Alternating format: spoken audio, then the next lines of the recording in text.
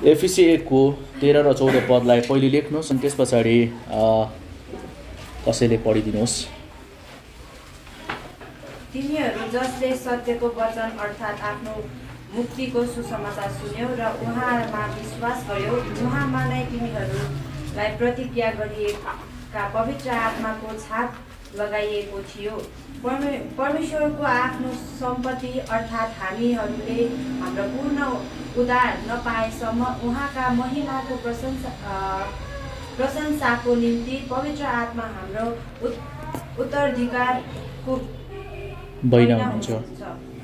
परमेश्वरलाई धन्यवाद होस्। यहाँ वचनले भन्छ, तिमीहरू जसले सत्यको वचन अर्थात् आफ्नो मुक्तिको सुसमाचार सुन्यौ, उहाँमा विश्वास गर्यौ, उहाँमा नै तिमीहरूलाई प्रतिज्ञा गरिएका पवित्र आत्माको छाप लगाइएको थियो। अब म तपाईँलाई बताउन चाहन्छु, जब हामीले सत्यको सुसमाचार, जब हामीले परमेश्वरको वचन र प्रभु येशू ख्रीष्टलाई विश्वास गर्यौँ, त्यो समयमा हाम्रो जीवनमा के भयो भन्दाखेरि चाहिँ हाम्रो जीवनमा चाहिँ पवित्र आत्माले के गर्नुभयो, हामीभित्र चाहिँ उद्धार ल्याउनुभयो। म तपाईँलाई भन्न चाहन्छु, पवित्र आत्माले के गर्नुभयो भने हाम्रो कालो भएको आत्मालाई पवित्र आत्माले के गर्नुभयो, ज्योतिमा ल्याउनुभयो। जब हामीले प्रभु येशू ख्रीष्टमा विश्वास गर्यौँ, त्यो समयमा पवित्र आत्माले हामीभित्रको आत्मालाई के गर्नुभयो भन्दाखेरि चाहिँ ज्योतिमा परिवर्तन गर्नुभयो। त्यति मात्र होइन, पवित्र आत्माले चाहिँ हामी के गरेको छौँ, छाप लगाइएका छौँ। तपाईँ र म चाहिँ पवित्र आत्माले छाप लगाइएका छौँ। हामी चाहिँ पवित्र आत्माको छाप, यो छाप भन्ने कुरा चाहिँ कति इम्पोर्टेन्ट छ भन्ने विषयमा है तपाईँ र मैले बुझ्नुपर्छ। हामीलाई चाहिँ उत्तराधिकारको रूपमा, बैनाको रूपमा पवित्र आत्मा दिनुभएको छ। हाम्रो पूर्ण उद्धार नभएसम्म, भन्नुको मतलब चाहिँ हामी चाहिँ परमेश्वरको हौँ भन्ने छाप लगाइएको छ होइन। पुरानो समयमा के हुन्थ्यो भन्नुहोस् त, राज्यको के हुन्थ्यो, एउटा छाप हुन्थ्यो होइन। राज्यको चाहिँ कुनै ठाउँमा चाहिँ भनौँ न पत्र पठाउनु भयो अथवा अर्को देशकोमा चिठी पठाउनु पऱ्यो भने के हुन्थ्यो, राजाको के हुन्थ्यो, औँठीको छाप हुन्थ्यो होइन। अनि त्यो छाप चाहिँ के हुन्थ्यो, कसैले खोल्नु पाउँदैन थियो। त्यहाँभित्र चाहिँ सन्देश हुन्थ्यो, म्यासेज हुन्थ्यो त्योभित्र। अनि त्यो चाहिँ के गर्नु पर्थ्यो, दूतले लिएर जानु पर्थ्यो अर्को देशमा। अनि त्यो चाहिँ राजाको छाप चाहिँ के हुन्थ्यो होइन, यसरी खोलेपछि अनि त्यहाँभित्रको सन्देश पढ्नु पर्थ्यो। किनभने त्यो चाहिँ इम्पोर्टेन्ट छ, त्यो चाहिँ राजाको के हो, छाप हो। त्यहाँ चाहिँ भनौँ न म्यासेज हुन्छ त्यहाँनिर होइन। त्यहाँनिर चाहिँ के हुन्छ भन्दाखेरि चाहिँ त्यो छापले चाहिँ के गर्छ भन्दाखेरि त्यो राज्यको प्रतिनिधित्व गर्छ। अनि परमेश्वरको वचनले तपाईँ मलाई यही कुराहरू बताउनुहुन्छ कि आज हामीले चाहिँ पूर्ण उद्धार नपाएसम्म हामीले चाहिँ अहिले आंशिक उद्धार पाएको छौँ। किनभने अहिले हामी पृथ्वीमै छौँ नि होइन। तपाईँहरू मेरो शरीर परिवर्तन भएको छैन, महिमामा परिवर्तन भएको छैन। हामीले जुन दिन प्रभु यीशुलाई विश्वास गर्यौँ त्यो दिन तपाईँ र मेरो नाउँ जीवनको पुस्तकमा लेखिएको छ। हाम्रो आत्माले उद्धार पाइसक्यो, तर हामी स्टिल पृथ्वीमा छौँ। पूर्ण उद्धार भनेको जबसम्म हामीले पृथ्वीमा हाम्रो सेवाकाई पुरा गर्दैनौँ, परमेश्वरले तोकिदिनु भएको आयु हामीले पुरा गर्दैनौँ, तबसम्म पवित्र आत्माले हामीलाई के गर्नुभएको छ, छाप लाउनु भएको छ। जसले येशू ख्रीष्टमा विश्वास गर्नुभएको छ, पवित्र आत्माले हरेकलाई छाप दिनुभएको छ। अनि त्यो छापले के जनाउँछ भने प्रभुले भन्नुहुन्छ तिमीहरू चाहिँ मेरो हौ होइन। अनि शैतानले त्यो छापलाई चोर्न सक्दैन। पवित्र आत्माले तपाईँलाई छाप लाउनु भएको छ। अनि पवित्र आत्मा चाहिँ हाम्रो बैनाको रूपमा दिएको छ।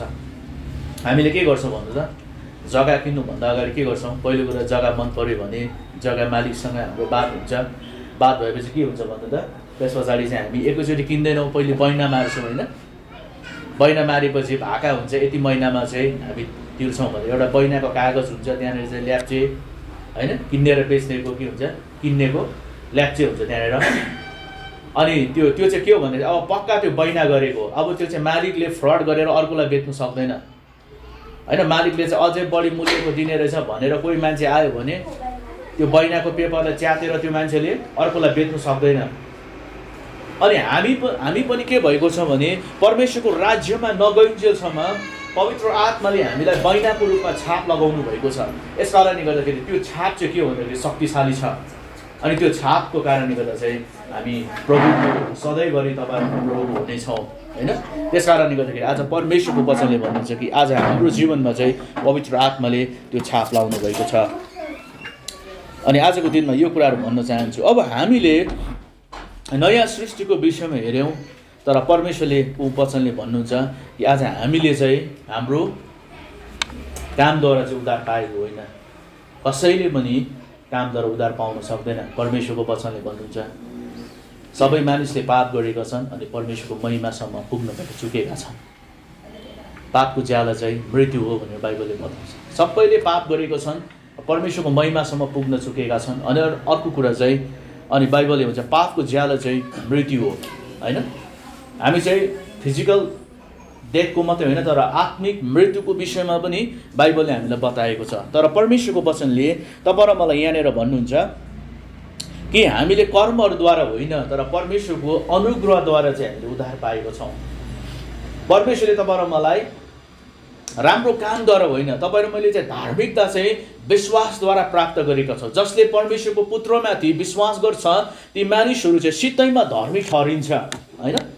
त्यस कारणले गर्दा आजको दिनमा धेरै मानिसहरू के गरिरहेका छन्? मुक्ति कमाउनको निम्ति, मुक्तिलाई प्राप्त गर्नको निम्ति कोही बाल ब्रह्मचारी भएर बस्छ विवाह नगरिकन, होइन?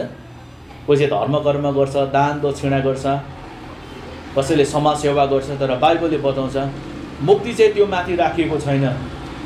मुक्ति चाहिँ एउटै कुरा माथि राखिएको छ, त्यो चाहिँ परमेश्वरको वचनले भन्छ मुक्ति चाहिँ परमेश्वर विश्वासद्वारा राखिएको छ। जसले विश्वास गर्छ अनि उसको भित्र चाहिँ नयाँ जन्म हुन्छ। हिजोदेखि हामीले भनेको वचन उसको जीवनमा पुरा हुन्छ, पवित्र आत्माले उसलाई छाप दिनुहुन्छ, है? त्यस कारणले गर्दाखेरि परमेश्वरको वचनले हामीलाई यो कुराहरू बताउनुहुन्छ कि आज हाम्रो धार्मिकता चाहिँ परमेश्वरको वचनमाथि, परमेश्वरको पुत्रमाथि विश्वासबाट आउने धार्मिकता हो, होइन? तपाईँ र मैले चाहिँ धार्मिकता प्राप्त गरेको छौँ, विश्वासद्वारा आउने धार्मिकता। सुन्नुहोस्, धेरैचोटि हाम्रो जीवनमा विश्वासको डिफिनेसन चाहिँ एकदमै गहिरो छ, है? विश्वासको डिफिनेसन गहिरो छ। आज विश्वास भनेको चाहिँ नदेखेको कुरा, होइन? बाइबलले बताउँछ विश्वास चाहिँ आशा राखेको कुराको निश्चयता, नदेखेको कुराको दृढ भरोसा हो। विश्वास चाहिँ त्यो कुरा हो। आजको दिनमा देखेर गर्ने विश्वास होइन, नदेखिकन परमेश्वरको वचन सुन्दाखेरि आउने विश्वास चाहिँ आज तपाईँ र मलाई परमेश्वरको वचनतर्फ, मुक्तितर्फ, प्रभु यीशु ख्रीष्टतर्फ तपाईँ र मलाई डोर्याउँछ। त्यस कारणले गर्दाखेरि परमेश्वरको वचनले बताउनुहुन्छ हामीलाई कि आज हामीलाई मानिस जातिलाई परमेश्वरले मुक्ति चाहिँ सित्तैमा दिनुभएको छ, उहाँको अनुग्रहद्वारा दिनुभएको छ। राजा मानिसहरूले प्रभुको सुसमाचारलाई विश्वास गरेका छैनन्, होइन? त्यस कारणले गर्दाखेरि बाइबलले बताउँछ हामीले विश्वासद्वारा धार्मिकता प्राप्त गरेको छौँ। तपाईँले लेख्न सक्नुहुन्छ 2 कोरिन्थी 5:21 लेख्नुहोस् र कसैले पढ्नुहोस्।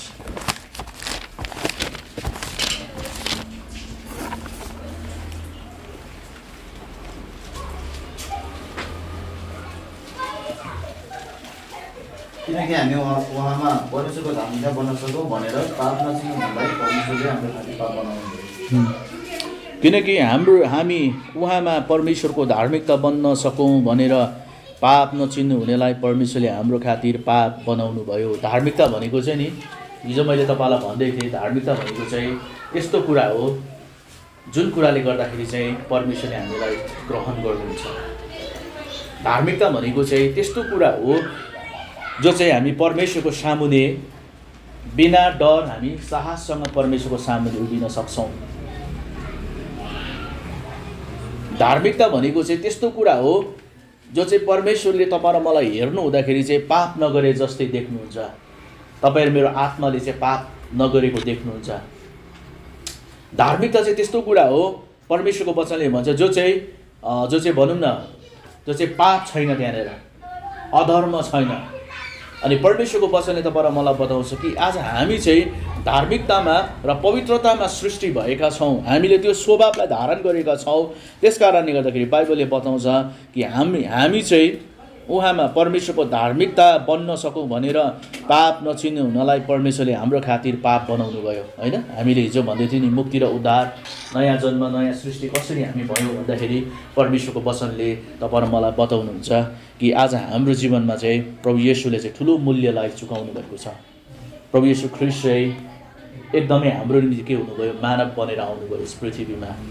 प्रभु येशू ख्रीष्टको खातिर के भएको छ भन्दाखेरि चाहिँ उहाँको खातिर चाहिँ उहाँले गर्नुभएको भनौँ न क्रुसमा भोग्नुभएको कष्ट र दुःखको खातिर चाहिँ तपाईँहरूमा के भएको छ भन्दाखेरि तपाईँहरूले चाहिँ धार्मिकता बन्न सकेका छौँ। परमेश्वरको पुत्र के हुनुभयो? हाम्रो निम्ति चाहिँ पाप बनिनुभयो होइन। परमेश्वरको पुत्र हाम्रो खातिर पाप हुनुभयो, बन्नुभयो, जसको खातिर चाहिँ हामी परमेश्वरको धार्मिकता बन्न सकौँ, परमेश्वरको धार्मिकता बन्न सकौँ हामी। आज मुक्ति चाहिँ तपाईँ र मेरो कमाइ होइन, मुक्ति चाहिँ परमेश्वरले हामीलाई सित्तैमा दिनुभएको छ। हामीले धार्मिकता सित्तैमा पाएका छौँ, हामीले आत्मामा धार्मिकता पाएको छौँ परमेश्वरको। त्यसै कारणले त हामी परमेश्वरलाई प्रार्थना गर्दा हाम्रो प्रार्थना परमेश्वरले सुन्नुहुन्छ, नत्र भने परमेश्वरले हाम्रो प्रार्थना सुन्नुहुने थिएन होइन। पवित्र आत्मा पठाउनु हुने थिएन, तपाईँ र मैले प्रार्थना गर्दा निको हुने थिएन। तपाईँ र म चाहिँ प्रभुसँग चाहिँ अनन्त अनन्तसम्मको निम्ति के भएको छ? धार्मिकतामा हामी चाहिँ स्थापित भएका छौँ। तपाईँ र मेरो आत्मा चाहिँ धार्मिकतामा स्थापित भएको छ। त्यस कारणले गर्दाखेरि परमेश्वरको वचनले बताउनुहुन्छ कि आज हाम्रो निम्ति चाहिँ ख्रीष्ट येशू मर्नुभयो, जसको कारणले तपाईँ र मेरो निम्ति चाहिँ के हो भन्दाखेरि चाहिँ धार्मिकता हामीले प्राप्त गर्न सक्यौँ होइन। र अर्को कुरा चाहिँ परमेश्वरको वचनले हामीलाई यो कुराहरू बताउनुहुन्छ। एफिसी 1:7 हामी कसरी पढौँ त?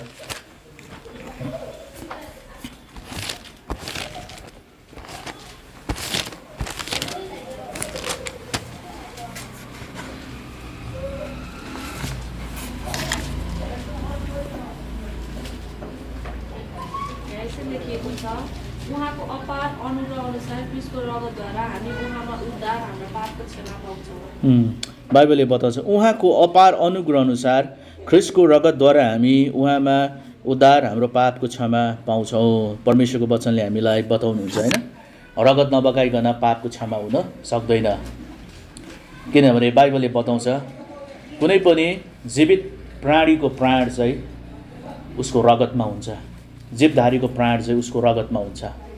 त्यो भएको कारणले गर्दाखेरि परमेश्वरको वचनले भन्छ कि येशू प्रभुको रगत चाहिँ बग्न खाँचो थियो, प्रभु येशू ख्रीष्टको रगत चाहिँ बग्न खाँचो थियो। त्यस प्रभु येशूको रगतको कारणले गर्दा आज तपाईँ र मैले धर्मी ठहरिएका छौँ होइन।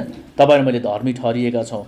अनि मण्डली आजको दिनमा तपाईँ र म बताउन चाहन्छु मुक्ति चाहिँ हाम्रो कमाइ होइन, हामीले चाहिँ प्रभुमा विश्वासद्वारा सित्तैमा परमेश्वरले दिनुभएको के हो? उपहार हो। हामी परमेश्वरमा जहिले पनि कृतज्ञता धन्यवादी हामी बनिनुपर्छ। धेरैचोटि हाम्रो जीवन के हुन्छ भन्नु त?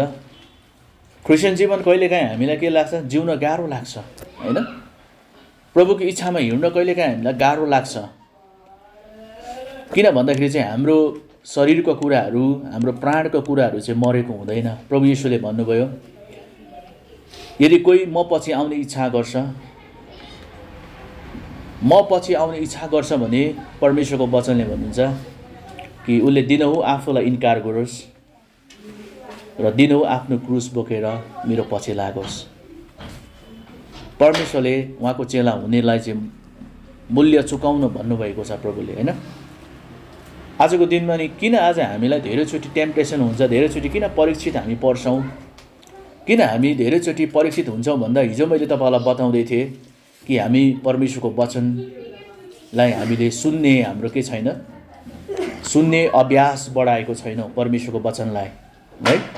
परमेश्वरको वचन हामीले सुन्नको निम्ति के भएको छ? सुन्नको निम्ति हामी धेरैचोटि सक्दैनौँ। बाइबलले हामीलाई के बताउँछ?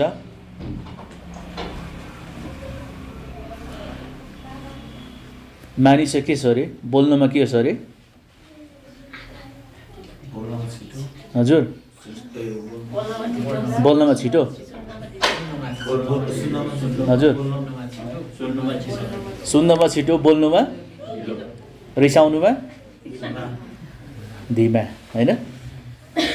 बाइबलले के भन्दैछ हेर्नुहोस् त, हाम्रो जिउने ढाँचा, जिउने शैली परमेश्वरले हामीलाई दिँदै हुन्छ।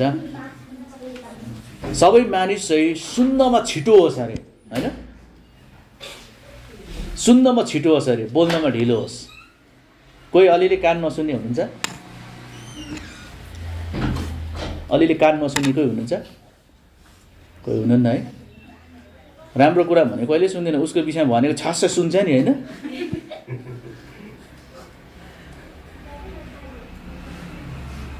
मेरो ससुरा हुनुहुन्थ्यो,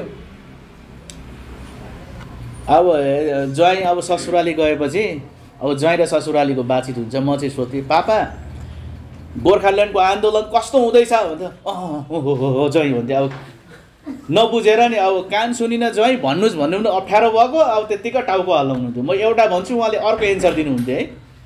अनि म ससुरा बाबुसँग गफै गर्नु किनभने मन पर्दैन थियो, किनभने मैले भनेको एन्सरै उहाँले दिनुहुन्न थियो। म एउटा कुरा भनिरहेको हुन्छु, उहाँले अर्को कुरा। तर फेरि ससुराबा यस्तो हुनुहुन्थ्यो कि उहाँको विषयमा बिस्तारी छसै कसैले भन्यो भने चाहिँ अघि सुनेर कुरा गर्दै गर न भनेर भन्नुहुन्थ्यो कि। हाम्रो मान्छेको नि कस्तो नेचरै कस्तो भइसकेको थियो नि, राम्रो कुरा भनेको नि हामी त्यति ध्यान लाएर सुन्दैनौँ कि। हाम्रो कहानी कस्तो छ भने नेगेटिभ कुराहरू मात्रै सुन्नु मन पराउँछ कि होइन। हाम्रो कहानी त्यस्तो छ किनभने हाम्रो अघि मैले तपाईँलाई बताउँदै थिएँ नि हिजो होइन, प्राणले चलेको जीवन पापको स्वभाव चाहिँ त्यही मन पराउँछ। खराबीको कुराहरू मात्रै सुन्नु मन पराउँछ, बर्बादीको कुराहरू सुन्नु मन पराउँछ, तर असल कुराहरू त्यति सुन्नु मान्दैन। त्यस कारणले गर्दाखेरि परमेश्वरको वचनले हुन्छ सबै मानिस सुन्नमा छिटो होस् होइन, सुन्नमा छिटो होस् र बोल्नमा के होस् हजुर ढिलो होस्, रिसाउनमा धीमा होस्। सुन्नमा छिटो होस् भनेर परमेश्वरले दुईवटा कान दिनुभएको नि होइन हो। बोल्नमा ढिलो होस्। एउटा मुख हुँदा त हामी कति साह्रो बोल्छौँ है, झन् दुईवटा मुख भएको भए कति बोल्थ्यौँ होला हामी। एउटाले भात खाँदै अर्कोले गफ दिँदै गरेको हुन्थ्यौँ होला होइन। हेर्नुहोस् न, परमेश्वरले हामीलाई डिजाइन गरेर बनाउनु भएको छ कि हाम्रो कान चाहिँ दुईवटा दिनुभएको छ ताकि हामी मजाले सुन्न सकौँ होइन। बाइबलले बताउँछ जहाँनिर धेरै शब्द बोलिन्छ त्यहाँ पापको अभाव हुँदैन भनेर बाइबलले बताउँछ होइन। पापको अभाव चाहिँ हुँदैन। जहाँनिर चाहिँ मानिसहरूले धेरै शब्द बोल्छ त्यहाँ चाहिँ पापको अभाव हुँदैन। धेरै बोल्ने मान्छेले कहाँनिर कतिखेर चुकी पठाउँछ थाहा हुँदैन। त्यस कारणले गर्दाखेरि परमेश्वरको वचनले तपाईँ र मलाई यो कुराहरू बताउनुहुन्छ कि सबै मानिस सुन्नमा छिटो होस् होइन, बोल्नमा ढिलो होस्, रिसाउनमा के होस् धीमा होस्। धीमा भनेको के हो भन्नुहोस् त, रिसाउनुमा के होस्। कतिजनाको नाकको टुप्पामा रिसा, कतिजनाले रिसाउँदाखेरि अनुहार रातो हुन्छ, निलो हुन्छ, कान रातो हुन्छ होइन, आँखा पनि रातो रातो हुन्छ। किन भन्दै नि मानिसको रिसले परमेश्वरको धार्मिकता ल्याउँदैन। अघि हामी धार्मिकताको विषयमा सिक्दैछौँ। त्यस कारणले गर्दाखेरि रिसाउने मान्छे छ भने, रिसाउने प्राण छ भने, रिसाउने स्वभाव छ भने त्यसलाई चाहिँ हामीले परिवर्तन गर्नुपर्छ। अघि मैले भने हामी आत्मामा ज्योति भएका छौँ, पवित्रता र धार्मिकतामा हामी सृष्टि भएका छौँ। अब हामी परमेश्वरको वचन सुन्दै सिक्दै जाँदाखेरि, सङ्गति गर्दै जाँदाखेरि हाम्रो प्राण पनि के हुँदैछ, नयाँ हुँदै जानुपर्छ। परमेश्वरको वचनको धार्मिकतामा हामीले सिक्दै जानुपर्छ। परमेश्वरको वचन अनुसार हामीले जिउँदै जानुपर्छ। अनि हाम्रो जीवन चाहिँ के हुँदै जान्छ भन्दाखेरि चाहिँ सिद्ध हुँदै जान्छ, पवित्र बन्दै जान्छ। अनि मात्रै परमेश्वरको इच्छा हाम्रो जीवनमा पुरा हुन्छ। र परमेश्वरको वचनले तपाईँ र मलाई यही कुराहरू बताउनुहुन्छ। र एफिसी 1:7 भन्छ कि प्रभु येशूको होइन रगतले चाहिँ हाम्रो पापको क्षमा भएको छ। रगत नबगाई पापको क्षमा हुन सक्दैन। अनि प्रभु येशूले चाहिँ तपाईँ र मेरो निम्ति उहाँको बहुमूल्य रगत बगाउनु भएको छ। र परमेश्वरको वचनले तपाईँ र मलाई यो कुराहरू बताउनुहुन्छ कि येशूको रगत चाहिँ हाम्रो निम्ति बहुमूल्य छ। आज पनि प्रभु येशूको रगतले हाम्रो पापहरू धुनुहुन्छ। आज पनि यदि कसैले प्रभुको सामुने जान्छ र प्रभु मेरो गल्ती, मेरो पापहरू तपाईँले क्षमा गर्नुहोस् भनेर भन्छ भने प्रभुको रगतले आज पनि हाम्रो पापहरूलाई धुनुहुन्छ। तर आज हामीले हाम्रो पापको स्वीकार गर्नुपर्छ। बाइबलले बताउँछ भने पापको स्वीकार गर्न धेरैचोटि मानिसले के गर्दैन, पश्चाताप भनेको मान्छेले बुझेको छैन। आज पश्चाताप भनेको चाहिँ नि मन फिराउनु हो। परमेश्वरतिर, उहाँको वचनतिर, परमेश्वरको वचनमा मन फिराउनु। धेरैचोटि हाम्रो जीवनमा हाम्रो मन फिर्दैन। पश्चाताप भनेको चाहिँ कतिचोटिले के सोच्छ भने आज मैले यो गल्ती गरेँ अनि म त्यसको पश्चाताप प्रभुसँग प्रार्थना गर्छु, प्रभुले क्षमा दिनुहुन्छ। अनि भोलि हामी त्यही काम गरिरहेको हुन्छ होइन। पश्चाताप भनेको चाहिँ त्यस्तो होइन। पश्चाताप भनेको चाहिँ युटर्न लिनु हो। तपाईँ यसो जाँदै हुनुहुन्थ्यो र युटर्न भनेको चाहिँ के फनक्कै फर्केर उहाँको राज्यमा आउनु हो। उहाँको राज्यभित्र हामी छिर्नु हो होइन। युटर्न लिनु हो। तपाईँलाई लाग्यो परमेश्वर यो वचन वचन अनुसार होइन, तर मैले चाहिँ परमेश्वरको वचनको विरुद्धमा गरेको छु, मेरो चाहिँ सोच विचारहरू परमेश्वरको वचनको विरुद्धमा छ तपाईँलाई लाग्छ भने तपाईँ र मैले के गर्नुपर्छ भन्दाखेरि त्यतिखेर नै युटर्न हुनुपर्छ। हामी त्यतिखेर नै फर्किनुपर्छ। त्यो विचारहरूलाई हामीले के गर्नु हुँदैन, हाम्रो जीवनमा काम गर्न दिनु हुँदैन। एउटा प्रभुको दासले यसरी भन्नुभएको छ, हामी माथि टाउको छ होइन, हामी माथि टाउको माथि चाहिँ आकाशमा चाहिँ चरालाई नउड भन्न सक्दैनौँ अरे हामीले होइन। नउड भन्दा पनि त्यो उडेकै गर्छ, तर चरा चाहिँ आएर गुड लाग्यो भने चाहिँ त्यसलाई हामी धपाउनुपर्छ, हो कि न भन्नुहोस् त। गुड लाउनु चाहिँ हामीले दिनु हुँदैन। र परमेश्वरको वचनले हामीलाई यही कुरा बताउनुहुन्छ, तपाईँको जीवनमा नेगेटिभ थट्सहरू आउँछ नि, नेगेटिभ थट्सहरू विचारहरू भनेको चाहिँ त्यो टाउकोमाथि उडेको चरा जस्तो हो। तर नेगेटिभ थट्स र नेगेटिभ विचारलाई तपाईँ र मैले जब लिन सुरु गर्छौँ, नेगेटिभ विचार नेगेटिभ थट्सलाई जब तपाईँ र मैले सोच्न सुरु गर्छौँ, त्यसलाई चाहिँ के गर्न सुरु गर्छौँ, त्यसलाई चाहिँ हामी विचार गर्न सुरु गर्छौँ। अनि त्यो चाहिँ के हुन्छ भन्दाखेरि चाहिँ त्यो चाहिँ हाम्रो टाउकोमा चाहिँ चराले गुड लगाएको जस्तो, गुड लगाएपछि त्यसले अन्डा पार्छ अनि त्यसले बच्चा के गर्छ त्यहाँनिर जन्माउँछ।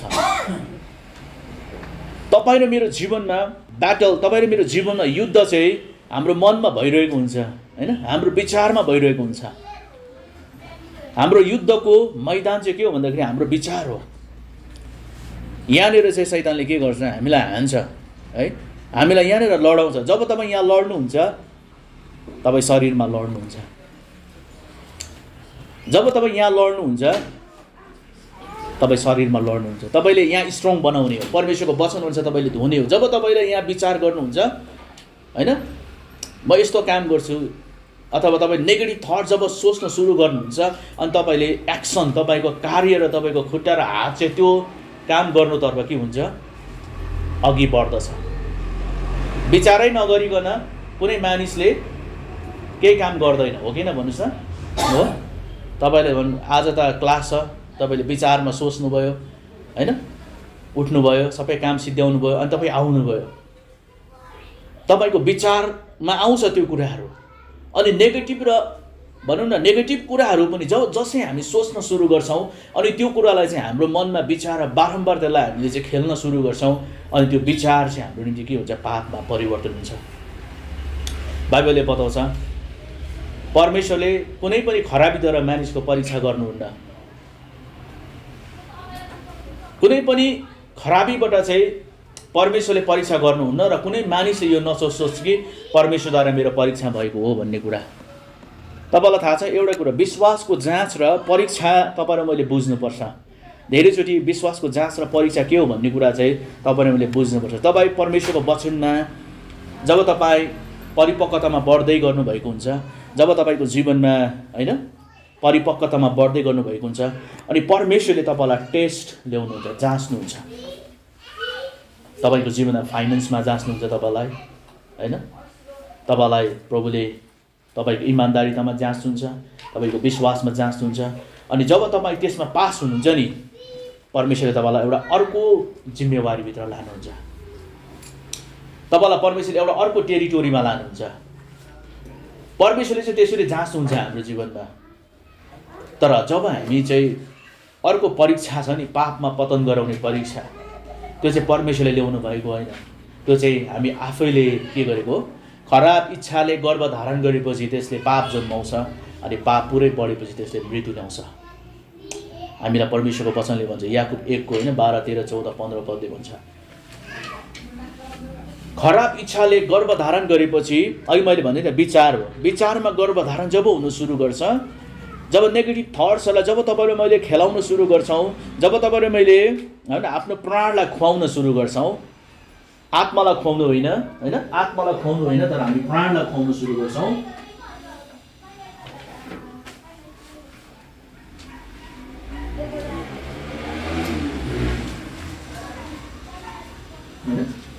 यो भागलाई हामीले खुवाउनु पर्ने। जब हामीले प्राणलाई खुवाउनु सुरु, यहाँ विचारहरू आउँछ, नराम्रो थट्सहरू आउँछ, नराम्रो विचारहरू आउँछ, जब यो प्राण चाहिँ सक्रिय हुन्छ अनि यो प्राणले चाहिँ हामीलाई शरीरमा के गर्छ, पापमा गिराउँछ, हामीले पापमा गिराउँछ। तर यहाँनिर जब हामी परमेश्वरको वचन सुन्न सुरु गर्छौँ परमेश्वरको वचनहरू प्रकाशहरू पाउन सुरु गर्छौँ त्यतिखेर चाहिँ हाम्रो जीवन परिवर्तन हुँदै जान्छ। आज धेरैचोटि मानिस विश्वासी भएर पनि प्राणद्वारा चलिरहेको हुन्छ, प्राणद्वारा चलिरहेको हुन्छ। परमेश्वरको वचनले हामीलाई बताउँछ, उहाँको वचनले भन्छ नि हामीलाई के भन्नुहुन्छ भने यदि सारा जगत हात पारेर तिमीले आफ्नो प्राणलाई गुमायो भने के फाइदा हुन्छ? सारा जगत हात पारेर तिम्रो प्राणलाई गुमायो भने के हुन्छ? परमेश्वरको वचन केही पनि हुँदैन भन्छ बाइबलले। आज हामीलाई यो प्राणलाई हामीले बचाउनुपर्छ। हाम्रो आत्मा त बाँचिसकेको छ यहाँनिर, होइन? तर हाम्रो प्राण चाहिँ अझै पनि पापमै जिउनु खोज्छ भने आज तपाईँले मेरो जीवनमा के हुन्छ भने हाम्रो प्राणलाई गुमाउँछ। र बाइबलले बताउँछ तिमीहरूको जीवन चाहिँ प्रभु येशू ख्रीष्टको दिनसम्म चाहिँ आत्मा, प्राण र शरीरमा चाहिँ के होस्? निष्कलङ्क होस्। निष्कलङ्क भने के हो?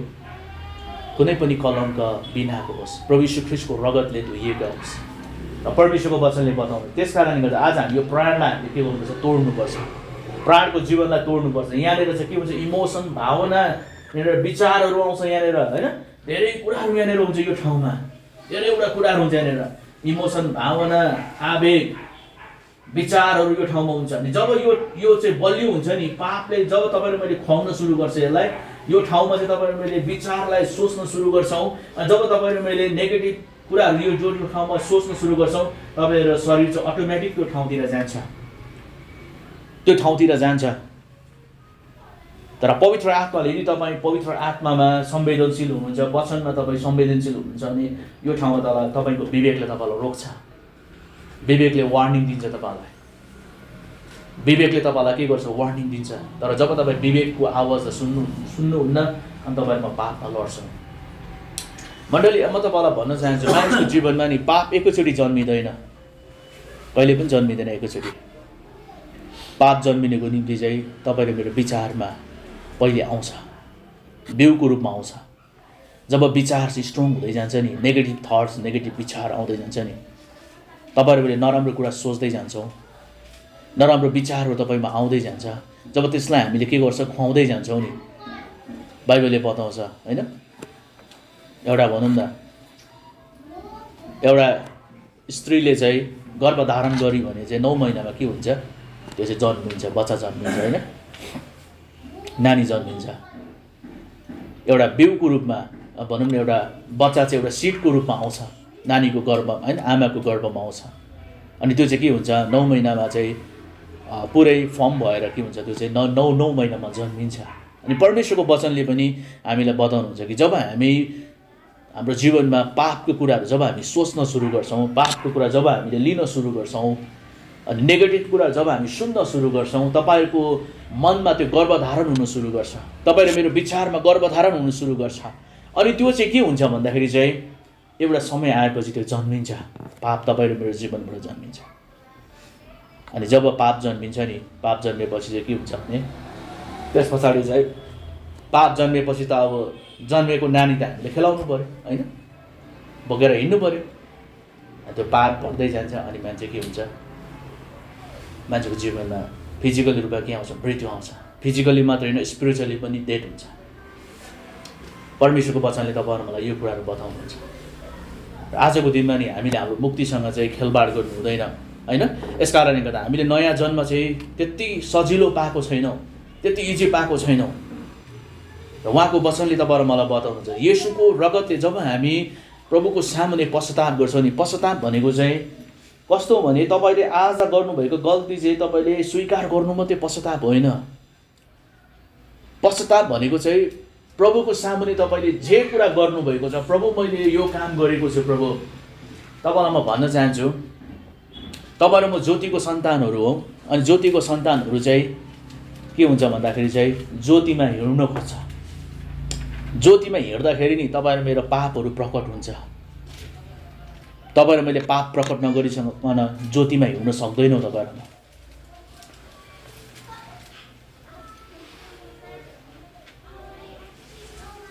ठिक छ? सलाइको काँटी ल्याइदिउँ? छैन?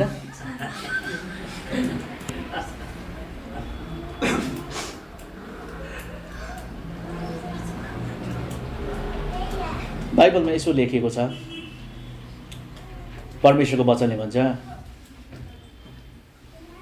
म एउटा प्रश्नले पानी खानी बनाइदिँदै है।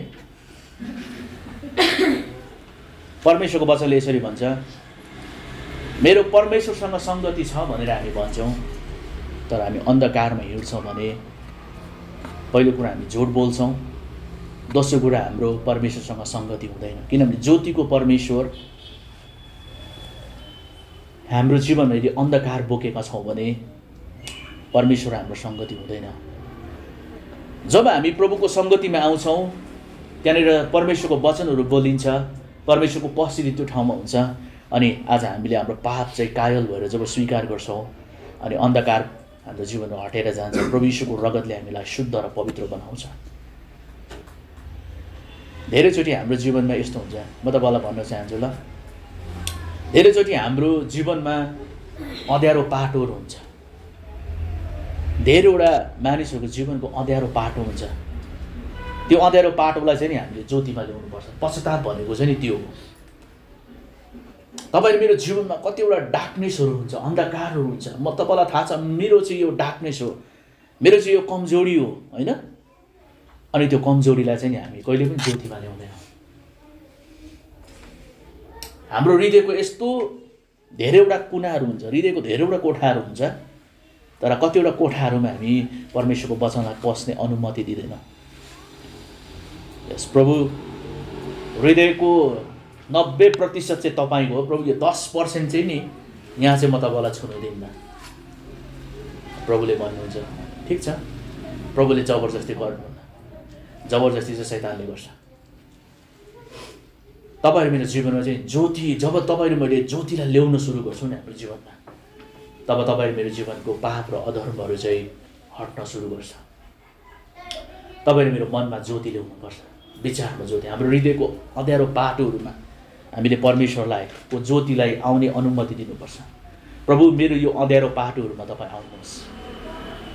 प्रभु मेरो जीवनको एउटा अँध्यारो बाटो हो प्रभु। प्रभु मेरो यो जीवनको एउटा यस्तो ठाउँ छ जहाँ चाहिँ मैले क्षमा दिन सकेको छुइनँ, त्यो मेरो अँध्यारो बाटो। प्रभु मलाई तपाईँले त्यो ठाउँमा मद्दत गर्नुहोस्।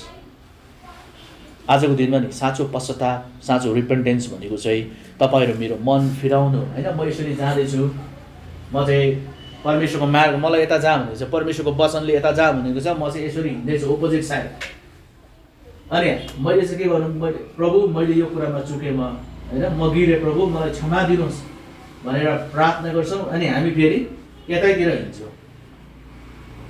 मैले पश्चाताप गरिसकेपछि त फनक्कै फर्किनु पऱ्यो नि यताबाट, होइन? र प्रभुको वचनमा के हुनु पऱ्यो, हामी हिँड्नु पऱ्यो। पश्चाताप भनेको चाहिँ त्यो हो हाम्रो जीवनमा, मन फिराउनु हो परमेश्वरको राज्यमा। तपाईँ र मैले मन फिराउनुपर्छ। आत्मा त हामीले प्रभु यीशुमा चाहिँ ग्रहण गर्दाखेरि उज्यालो भइसकेको छ, तर हाम्रो पश्चाताप चाहिँ यहाँबाट हुनु पऱ्यो। यो मनको क्षेत्रमा हामीले मनलाई चाहिँ नयाँ बनाउनु पऱ्यो। मनलाई जब मन नयाँ हुन्छ, शरीर अटोमेटिकली के हुन्छ भन्दाखेरि शरीर चाहिँ के हुन्छ, शरीर चाहिँ आत्माको अधीनतामा आउनु सुरु गर्छ। तपाईँ र मलाई धेरै प्रकारको कुराहरू छ। यस कारणले गर्दाखेरि परमेश्वरको वचनले तपाईँ र मलाई यो कुराहरू बताउनुहुन्छ कि आज हामीले मन फिराउनु पऱ्यो परमेश्वरको राज्यमा। तपाईँ यो ठाउँमा हुनुहुन्छ, आज तपाईँको मन कहाँनिर छ? मुन्चोरो के भन्छ, बन्चोरो ताक्छ, हजुर मुडो बन्चोरो ताक्छ, मुडो मुडो ताक्छ घुडो, होइन? बन्चरो ताक्छ मुडो, मुडो ताक्छ घुडो भन्छ नि, होइन? धेरैचोटि हाम्रो जीवनमा त्यस्तै भएको हुन्छ, होइन? बन्चरो ताक्छ मुडो, मुडो ताक्छ घुडो भन्छ नि। परमेश्वरको वचन धेरैचोटि हाम्रो जीवन त्यस्तै भइरहेको छ। हामीलाई परमेश्वरको वचनले अर्कोतिर जा भनिरहेको हुन्छ, हामी धेरैचोटि अर्कोतिर गइरहेको हुन्छ। हाम्रो दिशा परिवर्तन गर्नु पऱ्यो, हाम्रो मार्ग परिवर्तन गर्नु पऱ्यो, टोटली हामी चाहिँ फर्किनु पऱ्यो परमेश्वरको राज्यमा, होइन? हाम्रो मनहरू चाहिँ फिराउनु पऱ्यो। धेरैचोटि हाम्रो मनहरू चाहिँ धेरैवटा ठाउँमा लागेको हुन्छ, हाम्रो विचारहरू चाहिँ धेरै ठाउँमा लागेको हुन्छ, तर परमेश्वरको वचनले तपाईँलाई बताउनुहुन्छ कि आज हामीले चाहिँ परमेश्वरको वचनअनुसार हाम्रो मन र प्राणलाई धुनुपर्छ। र उहाँको वचनले भन्छ कि आज हामी चाहिँ ज्योतिमा आउनुपर्छ। तपाईँ र म ज्योतिमा आउनुपर्छ। अनि ज्योतिमा आउनुहुन्छ भने नि तपाईँको काम हुन्छ के हुन्छ, प्रपर हुन्छ। जो चाहिँ प्रभुको ज्योतिमा आउँदैन नि, जसले आफ्नो हृदय खोल्दैन, जसको काम दुष्टताले भरिएको छ, त्यो मानिस ज्योतिमा आउनु डराउँछ। ज्योतिमा जानु बित्तिकै उसको पाप प्रकट हुन्छ नि त होइन। त्यस कारणले गर्दा मानिसहरूले ज्योतिलाई भन्दा अन्धकारलाई मन पराए भन्छ क्या। ज्योतिमा आउन मान्दैन मानिसहरू, किनभने ज्योतिमा आउनु बित्तिकै उज्यालोमा चाहिँ यो कोठामा के छ भनेर सबै देख्न सकिन्छ। त्यस कारणले गर्दाखेरि मानिसले ज्योतिमा आउन डराउँछ, किन भन्दाखेरि चाहिँ त्यहाँ राम्रो पनि छ नराम्रो पनि छ। ज्योतिमा चाहिँ सबै कुरा देखिन्छ, प्रकट हुन्छ।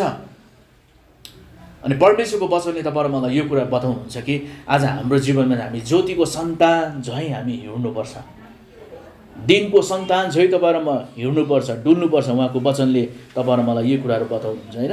यसकारणले गर्दाखेरि परमेश्वरको वचनले हामीलाई यो कुराहरू बताउँछ। अब उहाँको वचनले हामीलाई बताउनुहुन्छ कि परमेश्वरको धार्मिकता चाहिँ हामीले कसरी प्राप्त गरेको छ भन्दा प्रभु येशू ख्रीष्टको रगतद्वारा हामीले उहाँको धार्मिकता प्राप्त गरेका छौँ। मुक्ति र उद्धार चाहिँ तपाईहरु मेरो काममाथि छैन, तर प्रभुले हामीलाई के दिनुभएको छ, सित्तैमा मुक्ति दिनुभएको छ। अब यसो पनि हुन्छ नि त हैन, एउटा प्रश्न आउँछ, त्यसो भए के हामीले अब असल काम नगर्ने? मुक्ति त पाइयो, तर बाइबलले कहिले पनि त्यसो भन्दैन। मुक्ति पाएको छौँ, तर अब हामीले हाम्रो प्राण र हाम्रो शरीरको क्षेत्रलाई के गर्नुपर्छ? क्लिन गर्ने काम, शुद्ध गर्ने काम, पवित्र हुने काम, पवित्र बनाउने काम तपाईहरु मैले गर्दै जानुपर्छ। र परमेश्वरको वचनले हामीले यही कुराहरू बताउनुहुन्छ है। र मैले सुरुको टपिक सिद्ध्याएको छु। अब म दोस्रो टपिकमा जानेछु, दोस्रो खण्डमा।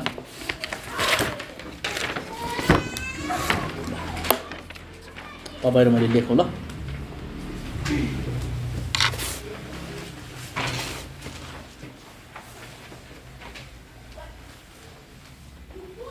ल आज हामी चाहिँ परमेश्वरको धार्मिकता र न्यायको विषयमा हेर्नेछौँ। तपाईहरूले वचनलाई लेख्नुहोस्। भजन सङ्ग्रह 89 को 89 को 14, भजन सङ्ग्रह 89 14, भजन सङ्ग्रह 97 को 2।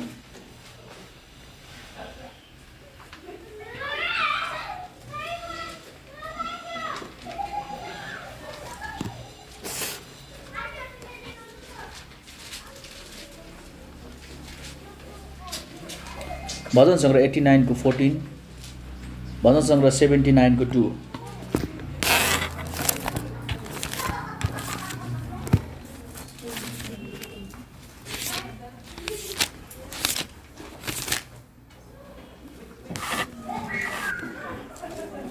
सबैले लेखिसक्यो? लेखिसक्यो भने कसैले पढ्नुहोस् त।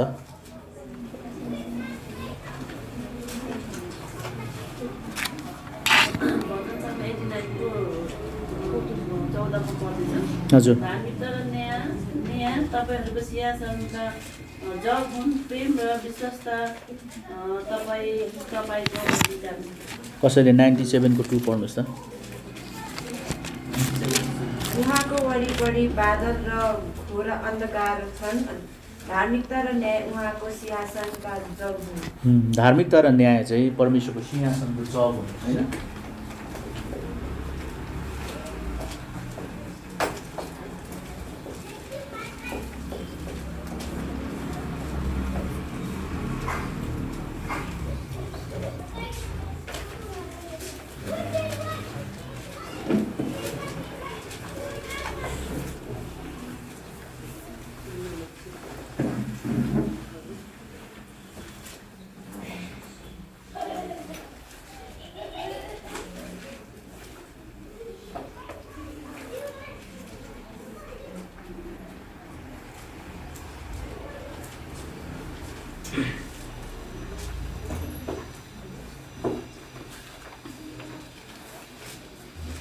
धार्मिकता र न्यायको विषयमा अब म तपाईलाई छुवाउँदै जानेछु। अब म तपाईले बुझ्दै जानुहुन्छ। धार्मिकता र न्याय परमेश्वरको सिंहासनको जग हुन्।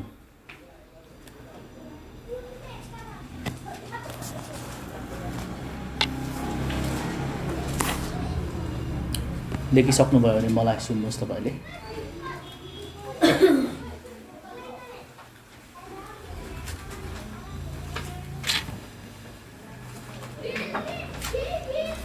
लेखिसक्नुभयो सबैले? ल मलाई हेर्नु सबैले। परमेश्वरको वचनले तपाईँ र मलाई यो कुरा बताउँछ, धार्मिकता र न्याय चाहिँ परमेश्वरको सिंहासनको जग हुन्। तपाईँले के बुझ्नुहुन्छ? धार्मिकता र न्याय परमेश्वरको सिंहासनको जग हुन् भन्दाखेरि होइन, परमेश्वर स्वयं नै धार्मिकता र न्यायले भरिपूर्ण हुनुहुन्छ। परमेश्वरले अधर्म घृणा गर्नुहुन्छ। परमेश्वरमा कुनै अधर्म छैन। परमेश्वरको वचनले भन्छ परमेश्वरको सिंहासन चाहिँ धार्मिकता र न्यायमाथि स्थापित गरिएको छ।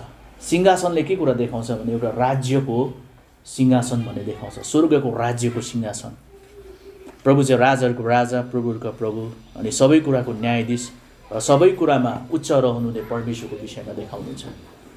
बाइबलले बताउनुहुन्छ। त्यस कारणले गर्दा बाइबलले बताउँछ परमेश्वर चाहिँ नि न्याय र धार्मिकतालाई चाहिँ पृथ्वीमा ल्याउन चाहनुहुन्छ। सुन्नुहोस् है, अब इम्पोर्टेन्ट कुरा तपाईँले बुझ्दै हुनुहुन्छ। एकजना विश्वासीको जीवनमा न्याय र धार्मिकता परमेश्वरले खोज्नुहुन्छ।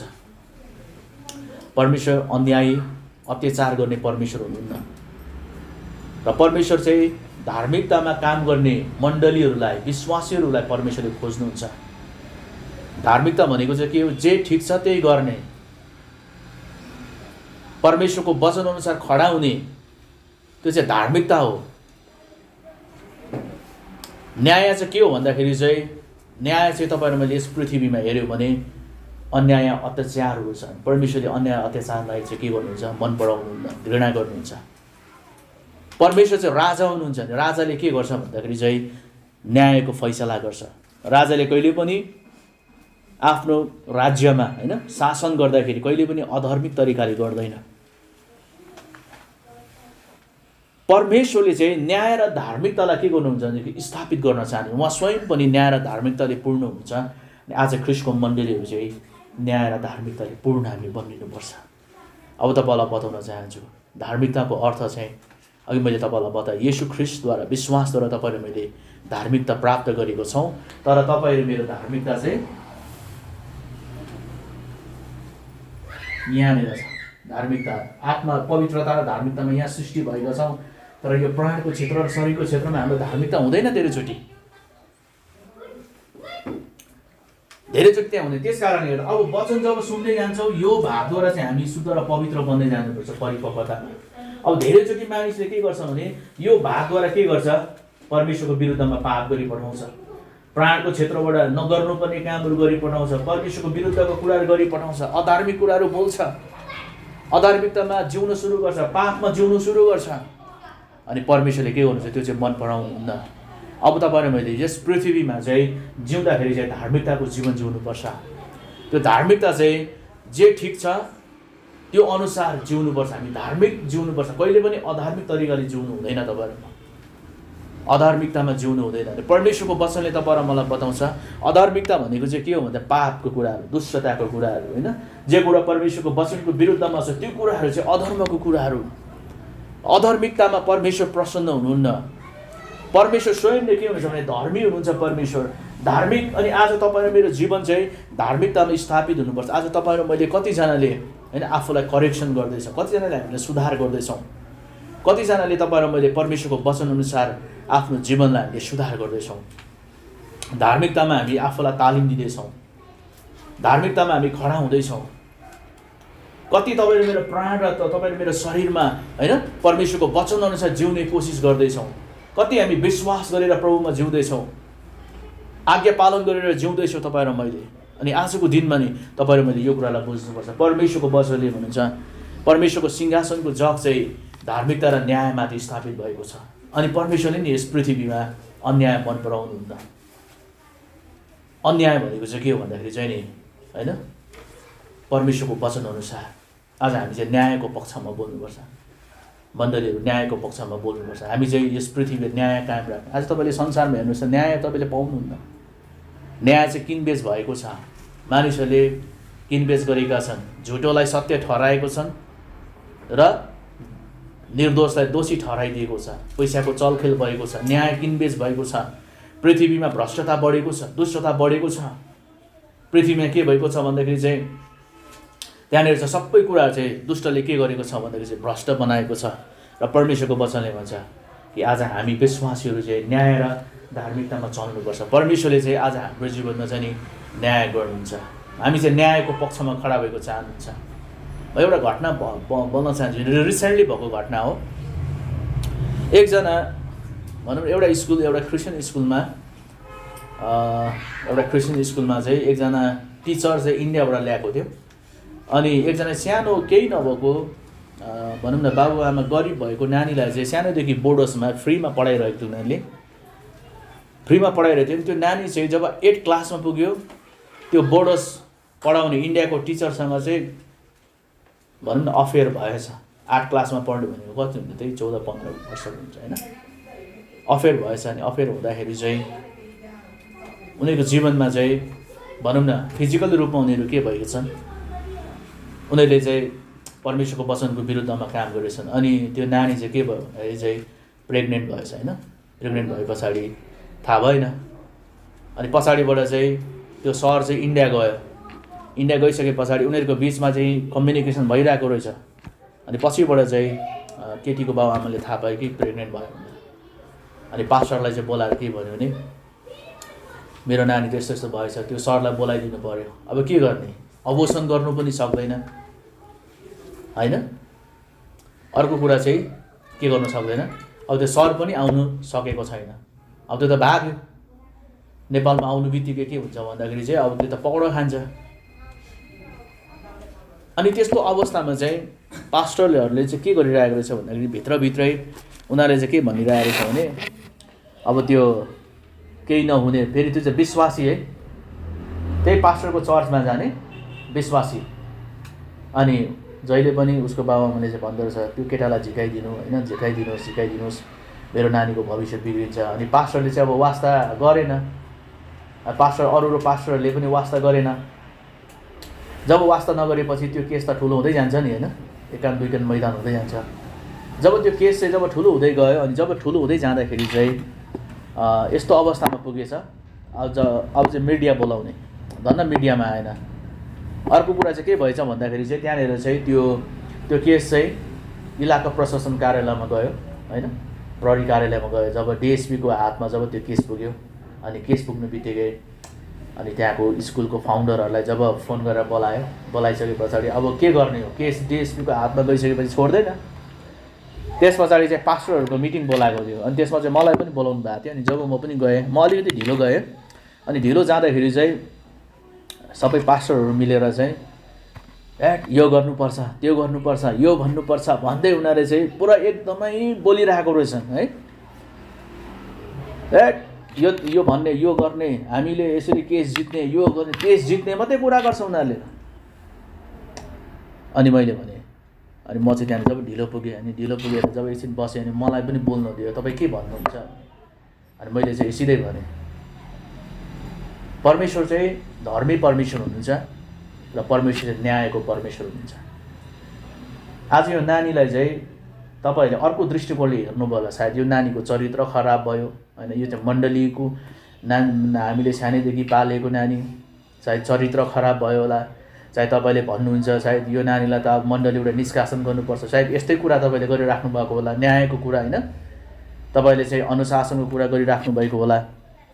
तर म भन्न चाहन्छु परमेश्वर चाहिँ अन्याय र अत्याचारमा परेकोहरूलाई दबाउने होइन। हामी चाहिँ अन्याय र अत्याचारमा परेकाहरूको लागि चाहिँ आवाज बनिने हो। अनि यो नानी चाहिँ तपाईँकै मण्डलीको नानी हो। यो नानीमाथि चाहिँ के भएको छ, अन्याय अत्याचार भएको छ। यो नानीको परिवारमाथि अत्याचार भएको छ। यदि तपाईँले अन्यायको पक्षमा बोल्नुभयो भने यो केस मिल्छ। तर अन्यायको पक्षमा यदि तपाईँले बोल्नु भएन भने, अर्कै तरिकाले तपाईँले केस लड्नुभयो भने चाहिँ परमेश्वरले नै तपाईँको इन्साफ गर्नुहुन्छ। सट्ट मैले भनिदिएको थिएँ, कहाँबाट भन्न आयो मलाई, त्यो केस चाहिँ पास्टरको चाहिँ यहाँ दिमागमा क्लिक भएछ। अनि उसले के गर्यो भन्दाखेरि चाहिँ हतनपत उसले चाहिँ परमेश्वरमा पश्चाताप गर्यो। मान्छेलाई त्यस्तो हुन्छ क्या, उनीहरूले चाहिँ त्यो केस दबाउनु खोजेको होइन, अथवा त्यो केस चाहिँ उनीहरूको केस हो नि, त्यो त हाम्रो केस होइन, उनीहरू आफै सल्ट आओस् भनेर उनीहरू चाहिँ खोजिरहेको।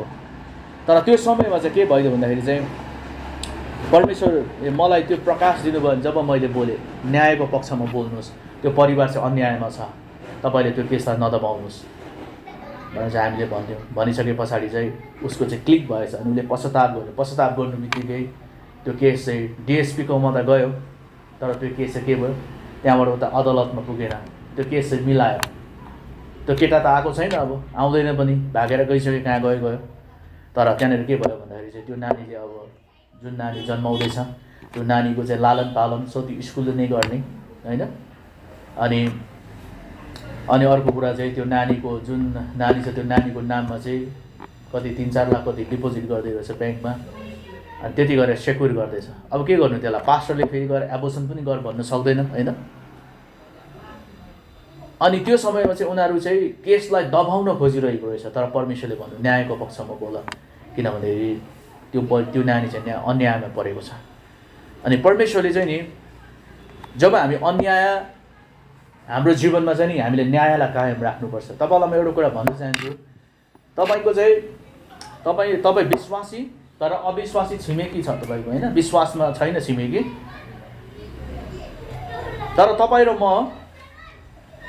म विश्वासी भएर होइन अविश्वासीसँग चाहिँ हामी के गर्छौँ भन्दाखेरि चाहिँ अविश्वासी अथवा 7 सिमानाको ढुङ्गाहरू तपाईँ र मैले हटायो भने, तपाईँ र मैले चाहिँ अन्याय गऱ्यो भने, अत्याचार गऱ्यो भने हाम्रो प्रार्थना परमेश्वरले सुन्नुहुन्न।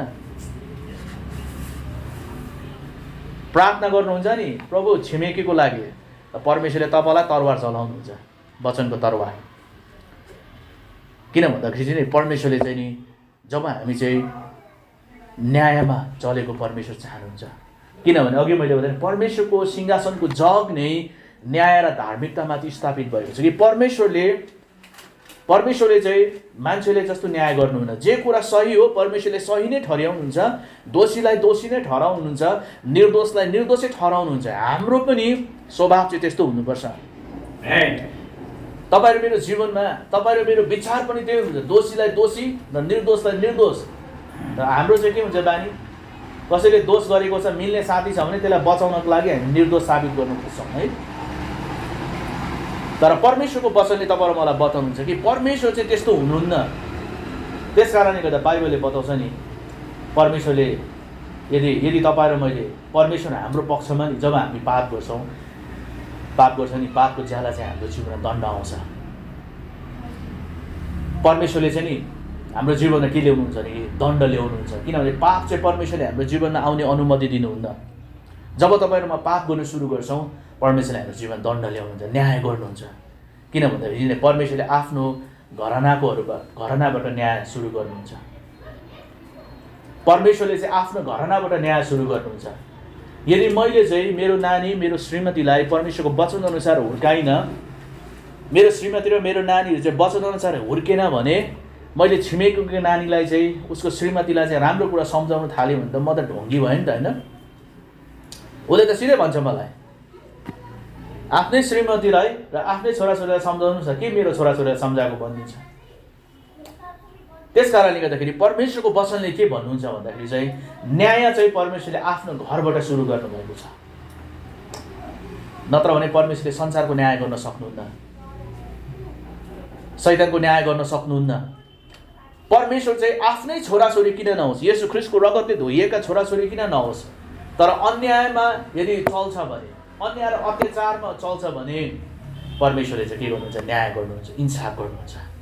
यो चाहिँ परमेश्वरको स्वभाव हो। सुन्नुहोस्, अन्याय गर्दाखेरि छिटो तरवार आउँछ तपाईँहरूको जीवनमा, एकदमै छिटो। परमेश्वरले एकदमै छिटो न्याय गर्नुहुन्छ मण्डलीहरू।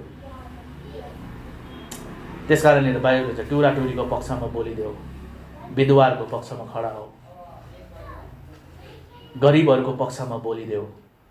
यसो पनि भन्छ बाइबलले, तिमीहरूको काम होइन, काम गर्ने जो हामीले ज्यालामा काम लगाएको छौँ भने नि बाइबलले बताउँछ एक रात पनि ज्याला नरहोस् भन्छ। तपाईँ र मैले मानौ हामीले कुनै मानिसलाई ज्यालामा लगायो, सेलेरी टाइममा तपाईँ र मैले दिनुपर्छ। अथवा तपाईँले एक दिनको यो कमायो म त तिमीलाई काम दिन्छु भनेर जब तपाईँ मैले काममा लगाउँछौँ, हामीले ज्याला चाहिँ 5 बज्दाखेरि चाहिँ उसको हातमा दिनुपर्छ। किन भन्दाखेरि चाहिँ सेनाहरूको परमप्रभुले नि अन्याय सहनुहुन्न। जब मानिसहरूको जीवनमा के हुन्छ भन्दाखेरि अन्याय चाहिँ परमेश्वरको वचनमा छैन, परमेश्वर अन्यायी हुनुहुन्न। त्यस कारणले गर्दा छिटो न्याय चाहिँ परमेश्वरले तरवार पठाउनुहुन्छ। बाइबलले बताउँछ जब त्यो मानिसले पुकारा गर्छ सेनाहरूको परमप्रभुले उत्तर दिनुहुन्छ। परमेश्वर चाहिँ त्यो जस्टिस, त्यस कारणले आज विश्वासीहरू चाहिँ न्यायमा चल्नुपर्छ होइन। त्यही भएर न्याय र धार्मिकता कति इम्पोर्टेन्ट छ मैले तपाईँलाई ल्याउँदैछु होइन। परमेश्वरको सिंहासनको जग नै न्याय र धार्मिकता हो। परमेश्वर चाहिँ त्यो न्याय र परमेश्वर चाहिँ त्यो भनौँ न न्याय र धार्मिकता परमेश्वरले चाहिँ हरेक आफ्नो घरबाट सुरु गर्दै हुनुहुन्छ, आफ्नो घरानाबाट सुरु गर्दै हुनुहुन्छ। प्रभुले परमेश्वरले अन्याय र अत्याचारहरू परमेश्वरले मण्डलीमा हाम्रो जीवनमा परमेश्वरले चाहनुहुन्न। परमेश्वर चाहिँ न्यायिक परमेश्वर हुनुहुन्छ। आजको दिनमा मण्डलीहरू तपाईँ बनिन चाहनुहुन्छ भने तपाईँहरूमा अनाथहरूको आवाज बनिनुपर्छ। टुराटुरीकोमा होइन भनौँ न जो चाहिँ अनाथ बालबालिका छ नि उनीहरूको आवाज बन्नुपर्छ। किनभने अनाथ बालबालिकालाई परमेश्वरले प्रेम गर्नुहुन्छ होइन। जसको चाहिँ बाबुआमा छैन, जसको चाहिँ बाबुआमाले चाहिँ उसलाई हुर्काउनु पर्ने, बाबुआमाको होइन काखमा हुर्किनु पर्ने नानीहरू चाहिँ बाबुआमाको काखमा हुर्किँदैन। परमेश्वरले चाहिँ ती व्यक्तिहरू, ती नानीहरूको लागि परमेश्वरले वास्ता गर्नुहुन्छ। ती नानीहरूको लागि परमेश्वर लड्नुहुन्छ। त्यस कारणले गर्दाखेरि मण्डली आजको दिनमा हामी अनाथहरूको पक्षमा, विधवाहरूको पक्षमा तपाईँहरू मैले बोल्नुपर्छ, आवाज बनिनुपर्छ तपाईँहरूमा। किनभने एउटा होइन श्रीमान नभएको एकल महिलालाई कस्तो हुन्छ भन्दाखेरि चाहिँ अब उसको जीवनै के भएको हुन्छ, तिक्तताले भरिएको हुन्छ होइन, तितोपनाले भरिएको हुन्छ, जीवनमा धेरै ठोकरहरू खाएको हुन्छ, जीवनमा धेरै प्रकारको अवस्थाहरूमा होइन जानुपर्ने हुन्छ। जसको कारणले गर्दाखेरि नै परमेश्वरको वचनले भन्छ विधवाहरूको, एकल महिलाहरूको पक्षमा बोल्नुपर्छ। प्रभु चाहिँ जस्टिस चाहनुहुन्छ, न्याय चाहनुहुन्छ। परमेश्वरले चाहिँ यो कुरा मन पराउनुहुन्छ होइन। अनि परमेश्वरको वचन हामी एकचोटि हेरौँ न। तपाईँले लेख्नु यशाया 1:16 र 17 पदलाई हेरौँ।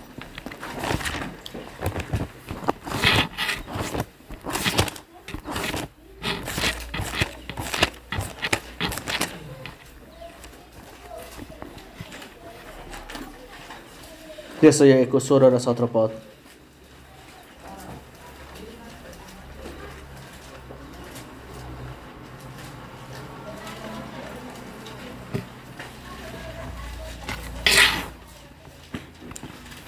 ल पहिले लेख्नुहोस् यशाया 1:16-17 पद अनि लाक्पा बहिनीले पढ्नेछ है।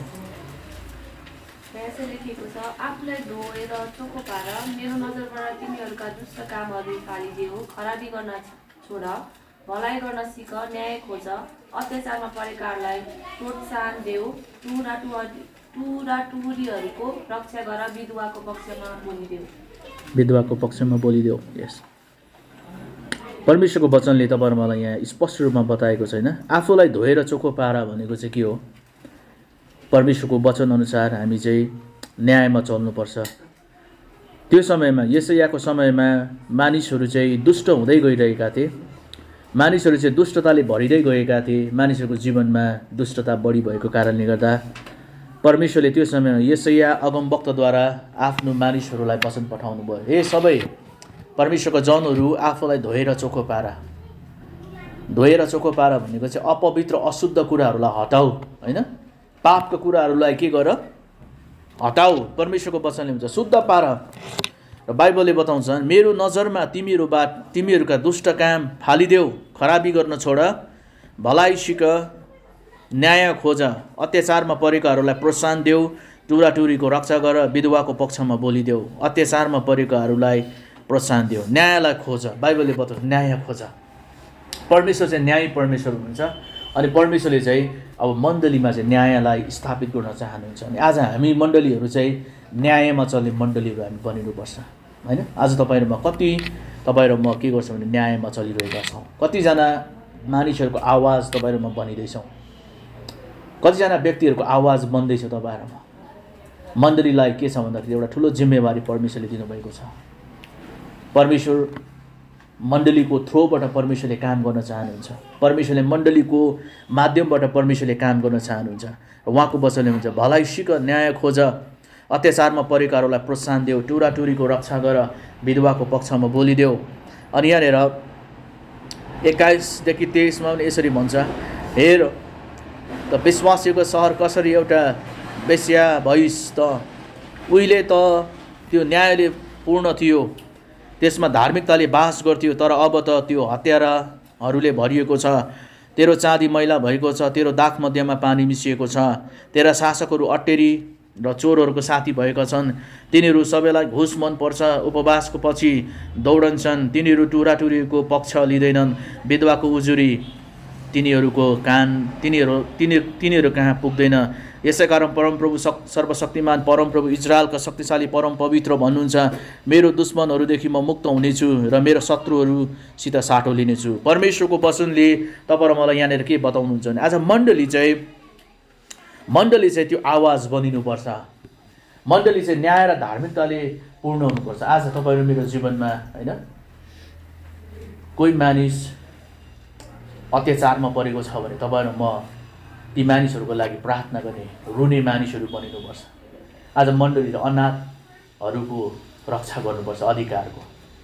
त्यसै कारणले गर्दा नि आज मण्डलीहरूले होइन तर आज धेरै एनजिओ संस्थाहरूले गरिरहेको छ नेपालमा। हेर्नुहोस् त, परमेश्वरले जब मण्डलीहरूले यो काम गर्दैन नि तब परमेश्वर उद्धार नपाएका मानिसहरूद्वारा नै बोल्नुहुन्छ।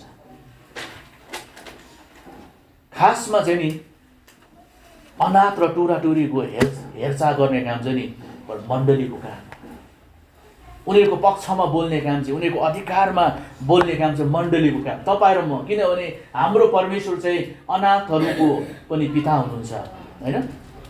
अनाथहरूको पनि के हुनुहुन्छ भन्दाखेरि चाहिँ जो चाहिँ बोल्न सक्दैनन्, जो चाहिँ आवाज दबिएको छन्, ती मानिसहरूको आवाज चाहिँ तपाईँहरूमा बनिनुपर्छ। यसको मतलब चाहिँ झगडा गरिने, सरकारसँग लड्ने, हुलदुङ्गा मचाउने भन्ने खोजेको होइन। हामी न्याय जस्टिस कायम गर्ने मण्डलीहरू बनिनुपर्छ। आजको दिनमा नि मण्डली तपाईँहरू मैले यो कुरालाई बुझ्नुपर्छ आजको दिनमा। त्यस कारणले आज मण्डलीले नि अनाथ र विधवाहरूको निम्ति तपाईँहरूमा बोल्नुपर्छ। जब मण्डलीले यो कुरा बोल्दैन नि परमेश्वरको क्रोध हाम्रो जीवनमा पर्छ, किनभने परमेश्वर जस्टिस हुनुहुन्छ। यस पृथ्वीमा परमेश्वरको स्वभावलाई प्रकट गर्ने भनेको तपाईँ र म मण्डलीहरू हो। आज दिनमा नि अनाथ बालबालिकालाई तपाईँहरूले कतिको होइन उनीहरूको पक्षमा बोल्छ, उनीहरूको पक्षमा खडा हुन्छ। इम्पोर्टेन्ट छ हाम्रो जीवनमा। हामीले प्रार्थना गर्नुपर्छ, ती सडक बालबालिकाहरूको लागि प्रार्थना गर्नुपर्छ। अनि उनीहरूको लागि चाहिँ हामीले के गरेको छौँ अहिलेसम्म होइन, त्यो गर्नको निम्ति हामीले अगाडि सर्नुपर्छ। मण्डलीहरू दुःख चाहिँ हुन्छ, कष्ट चाहिँ हुन्छ, तर तपाईँहरू मैले पक्षमा बोल्नुपर्छ, किनभने परमेश्वर चाहिँ चाहनुहुन्छ। त्यसै पनि संसारले फ्यालेको नानीहरू होइन, त्यसै पनि संसारले जसको चाहिँ केही हुँदैन त्यसलाई चाहिँ सबैले के गर्छ, हेला गर्छ।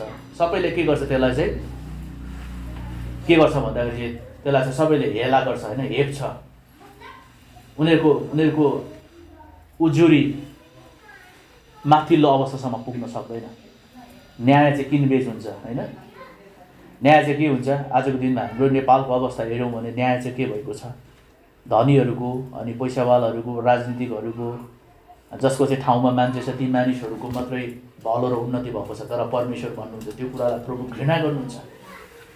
यस कारणले गर्दा आज मण्डली चाहिँ विधवाहरूको पक्षमा आवाज बनिनुपर्छ, किनभने यो परमेश्वरको स्वभाव हो।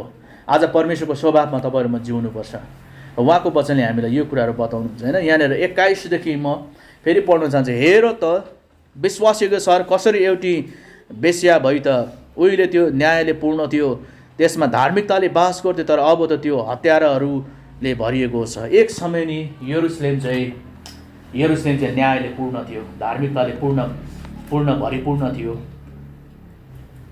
जब दाउद राजा हुँदाखेरि त्यो सहर चाहिँ न्यायले पूर्ण थियो। त्यहाँनिर चाहिँ परमेश्वरको धार्मिकताले बास गरेको थियो, न्यायले त्यहाँनिर बास गरेको थियो त्यहाँनिर।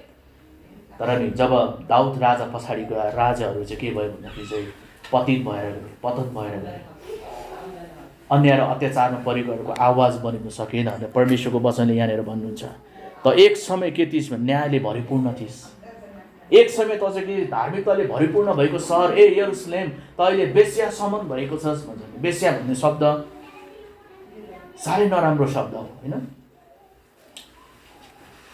म तपाईँलाई बताउन चाहन्छु, बेस्या भन्ने कुरो चाहिँ बाइबलमा दुईटा वेश्याको विषयमा बताएको छ। एउटा चाहिँ स्त्रीलाई भनेको छ, अर्को चाहिँ पुरुष वेश्या पनि छ बाइबलमा। आजको दिन नि हाम्रो सहर कस्तो अवस्थामा पुगिसक्यो, देह व्यापार गर्ने अवस्था। आज तपाईँले मैले हेरौँ त यहाँनिर परमेश्वरको वचनले भन्छ यरुशलेम चाहिँ एक समय न्याय र धार्मिकताले पूर्ण सहर थियो, तर उनीहरूले चाहिँ के गर्यो भन्दा न्याय र धार्मिकतालाई उल्टो पाल्टो पारिदिए। उनीहरूले चाहिँ विधवाहरूको पक्षमा बोलेनन्, अन्याय र अत्याचारमा परेकाहरूको खातिर उनीहरूले के गर्यो, उल्टै उनीहरूले चाहिँ के गर्यो, अन्याय र अत्याचारमा भएका मानिसहरूको धन सम्पत्ति लुटिदिए। अनि परमेश्वरले भन्नुभयो त्यो चाहिँ न्यायले पूर्ण थिइस्, तर तैँले के गरिस् भन्दाखेरि चाहिँ अहिले बेस्या समान भएको छस्। परमेश्वरको सामुन्ने हेर्नुहोस् त, बेस्या समान भन्नुको मतलब के हो भन्नुहोस् त? व्यभिचार, होइन? व्यभिचारले भरिएको सहर।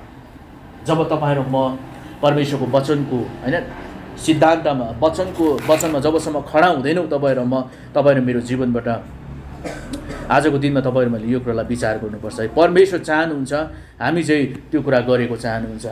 र उहाँको वचनले बताउनुहुन्छ कि 24ले भन्छ यसै कारण परमप्रभु 23ले भन्छ तेरो शासकहरू अटेरी भएका छन् र चोरहरूको साथी भएका छन्, तिनीहरूलाई घुस मनपर्छ, उपहारको पछि दौडिन्छन्, तिनीहरू टुराटुरीको पक्ष लिँदैनन्, विधवाहरूको उजुरी तिनीहरू कहाँ पुग्दैन। अनि परमेश्वर यो कुरा चाहनुहुन्न। आजको दिनमा मण्डली तपाईँ र मैले चाहिँ परमेश्वरको वचन अनुसार प्रार्थना गर्न सुरु गर्नुपर्छ। अन्याय र अत्याचारमा परेकाहरूलाई तपाईँ र मैले के गर्नुपर्छ? प्रोत्साहन दिनुपर्छ, उठाउनुपर्छ, खडा गर्नुपर्छ, टुराटुरीको पक्षमा बोल्नुपर्छ।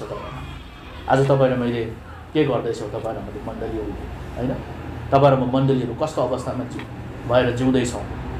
तपाईँ र मैले एटलिस्ट केही गर्न नसके पनि तिनीहरूको लागि आवाज बनिनुपर्छ, हामी प्रार्थना गर्नुपर्छ।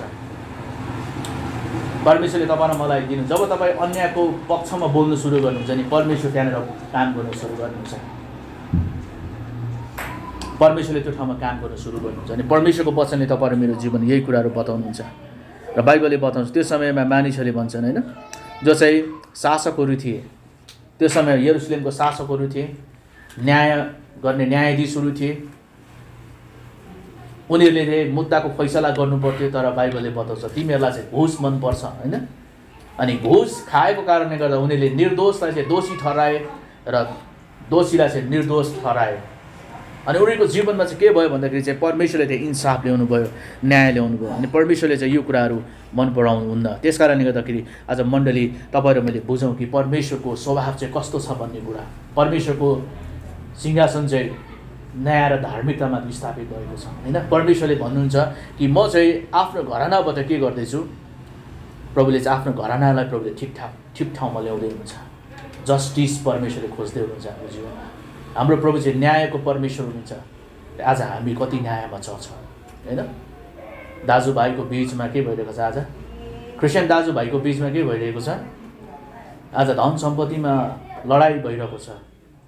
तपाईँ क्रिस्चियन हुनुहुन्छ, तपाईँको दाजु तपाईँको भाइ क्रिस्चियन छैन,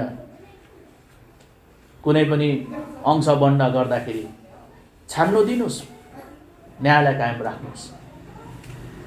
तपाईँलाई अन्याय भयो भने सहनुहोस्। तर परमेश्वरको वचनले तपाईँ र मलाई यो कुरा बताउनु, किनभने परमेश्वर चाहिँ न्याय गर्ने परमेश्वर हुन्छ। हाम्रो जीवनमा चाहिँ तपाईँ र म चाहिँ जब हामी परमेश्वरको न्यायमा जब खडा हुन्छ नि परमेश्वर हाम्रो पक्षमा बोल्नुहुन्छ। अनि आज तपाईँ र मैले यो कुरालाई विचार गर्नुपर्छ है। परमेश्वरको वचनले तपाईँ र मलाई यी कुराहरू बताउनुहुन्छ। अर्को कुरा हामी यसै 10:1-3 लेखौँ अनि पढौँ त।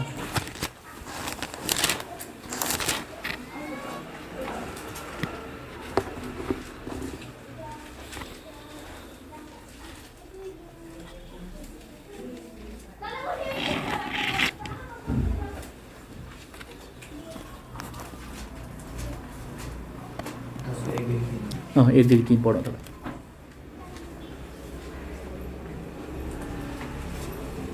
धिक्कार तिनीहरूलाई जसले अन्याय व्यवस्था बनाउँछन्, तिनीहरूलाई जसले अत्याचारी विधि निकाल्छन्, गरिबहरूका हक होसमा र पिछुमिचुमा परेका मेरा प्रजाहरूका न्याय नगर्न, विधवाहरूलाई शिकार बनाउन र टुराटुरीहरूका धन लुट्नलाई तिनीहरू यसो गर्छन्। 3 सम्म लेखा दिनुपर्ने दिन र टाढाबाट आउने आपत्ति आउँदा तिमीहरू के गर्नेछौ? तिमीहरू सहायताको निम्ति म कहाँ जानेछौ? तिमीहरू आफ्ना धनहरू कहाँ छोड्नेछौ? परमेश्वरको वचनले सुन्नुहोस् है, यहाँनिर मजाको कुरा बताउनुहुन्छ है। धिक्कार तिनीहरूलाई जसले अन्याय व्यवस्था बनाउँछन्, तिनीहरूलाई जसले अत्याचारी विधि निकाल्छन्, गरिबहरूका हक खोज्न थिचोमिचोमा परेका मेरा प्रजाहरूको न्याय नगर्न, विधवाहरूलाई शिकार बनाउन, टुराटुरीको धनलाई लुट्नलाई तिनीहरूले यसो गर्छन्। लेखा, अब 3 इम्पोर्टेन्ट छ। लेखा दिनुपर्ने दिन र टाढाबाट आउने आपत्ति आउँदा तिमीहरू के गर्नेछौ? तिमीहरू सहायताको निम्ति कहाँ जानेछौ? कस कहाँ जानेछौ? तिमीहरू आफ्ना धनहरू कहाँ छोड्नेछौ? यहाँनिर जसले चाहिँ अन्याय र अत्याचार गरेर धन सम्पत्ति कमाएका थिए, त्यो समयको विश्वासीहरूलाई, त्यो समयका प्रभुको जनहरूलाई यशायाले भन्दछन्, तिमीहरू के गर्दछौ? जो चाहिँ पदमा बस्ने मानिसहरू, व्यवस्था बनाउने मानिसहरू, कानुन बनाउने मानिसहरू, विधि बनाउने मानिसहरूलाई त्यो समयका अगमवक्ताले भन्छ, तिमीहरू यस्तो खालको व्यवस्था र विधि होइन नीति बनाउँछौ। कस्तो खालको भन्दाखेरि चाहिँ अन्याय र अत्याचारमा परेका टुराटुरी र विधवाहरूको सम्पत्तिलाई के गर्नको निम्ति, लुट्नको निम्ति तिमीहरूले विधि बनाउँछौ। तर परमेश्वरले 3 पदमा भन्नुहुन्छ, लेखा दिनुपर्ने दिन र टाढाबाट आउने आपत्ति आउँदा तिमीहरू के गर्नेछौ? बाइबलले भन्छ लेखा दिनुपर्ने दिन। अनि यहाँनिर चाहिँ परमेश्वरको वचनले भन्छ हाम्रो न्याय हुन्छ भनेर भन्छौँ नि हामी, होइन? हामीले हाम्रो न्याय हुन्छ एक दिन। यस पृथ्वीमा त न्याय हुन्छै हुन्छ, स्वर्गमा पनि हाम्रो न्याय हुन्छ। त्यो दिन हामीले हरेकले लेखा बुझाउनुपर्छ, हरेकले हिसाब बुझाउनुपर्छ, हरेकले के गर्नुपर्छ भने हाम्रो जीवनको हिसाब बुझाउनुपर्छ। मण्डलीहरू होइन, पास्टरहरूले, एल्डर्सहरूले मण्डलीको भेडाहरूको हिसाब बुझाउनुपर्छ। त्यस कारणले गर्दा पत्रुसले भन्छ लेखा दिनुपर्छ भनेर नै अगुवाहरूले तिमीहरूलाई के गर्छन्? तिमीहरूमाथि अनुशासन ल्याउँछन् र उनीहरूको वचनलाई नबोल्न। किनभने लेखा चाहिँ नि अगुवाहरूले दिनुपर्छ। एउटा मात्रै भेडा हरायो भने त्यसको लेखा चाहिँ अगुवाहरूले दिनुपर्छ। मण्डलीहरू, त्यस कारणले गर्दा नि लेखा चाहिँ हरेकले बुझाउनुपर्छ। तपाईँको जीवनको लेखा बुझाउनुपर्छ। यस पृथ्वीमा हरेकले लेखा बुझाउनुपर्छ। त्यो लेखा बुझाउने दिन चाहिँ नि तपाईँ र म चाहिँ खडा हुनुपर्छ स्वर्गको राज्यमा। लेखा दिनुपर्ने दिन आउँदैछ मण्डलीहरू। अनि परमेश्वरले भन्नुहुन्छ यहाँनिर हामी के गर्छौँ भन्नुहोस् त? अहिले डिपार्टमेन्ट स्टोरतिर तपाईँले जानुहोस् होइन, के हुन्छ भन्नुहोस् त? तपाईँ सिसी क्यामेराको निगरानीमा हुनुहुन्छ भन्ने बित्तिकै हामी सिधा हुन्छौँ, हो किन भन्नु त? हो, एक प्रकार हुनु त हामी चोर्नु गएको होइन, त्यहाँ लुट्नु पनि गएको होइन, र सिसी क्यामेराको निगरानीमा हुनुहुन्छ भन्ने बित्तिकै हामी सिधा बस्छौँ। किन हामी चोर्नै गएको होइन, तर पनि एक प्रकारको डर लाग्छ। किन? सिसी क्यामेराले सबै हेरिरहेको हुन्छ नि त, होइन? सुन्नुहोस्, यहाँ हामीले जे गर्दैछौँ नि स्वर्गको राज्यमा नि सबै रेकर्ड हुँदैछ। सिसी क्यामेरा कसले बनाएको? मान्छेले, परमेश्वरले दिनुभयो बुद्धि। आजको दिनमा नि हाम्रो रेकर्ड हुँदैछ स्वर्गको राज्यमा। बाइबलले बताउँछ मानिसले एक एक कुरा बोलेका कुराहरूको रेकर्ड परमेश्वरले राख्नुभएको छ। स्वर्गदूतले नि यहाँ काँधमा लगाएर क्यामेराले खिचिरहेको छ तपाईँहरू। त्यो दिन चाहिँ नि माथि चाहिँ के हुन्छ भन्दाखेरि चाहिँ माथि यहाँनिर हिसाब किताब तपाईँलाई म भन्न चाहन्छु, यहाँ हिसाब किताब मिलाउन सक्छौँ हामीले। पास्टरसँग, विश्वासीसँग, सबैसँग मिलाउन सक्छौँ हिसाब। माथि चाहिँ नि गाह्रो हुन्छ मिलाउन। माथि मिलाउनु पऱ्यो हामीले। यहाँ त हामीले मिलाउँछौँ र जसो तसो गरेर मिलाउँछौँ, माथि चाहिँ हामीले माथि मिल्दैन प्रियहरू।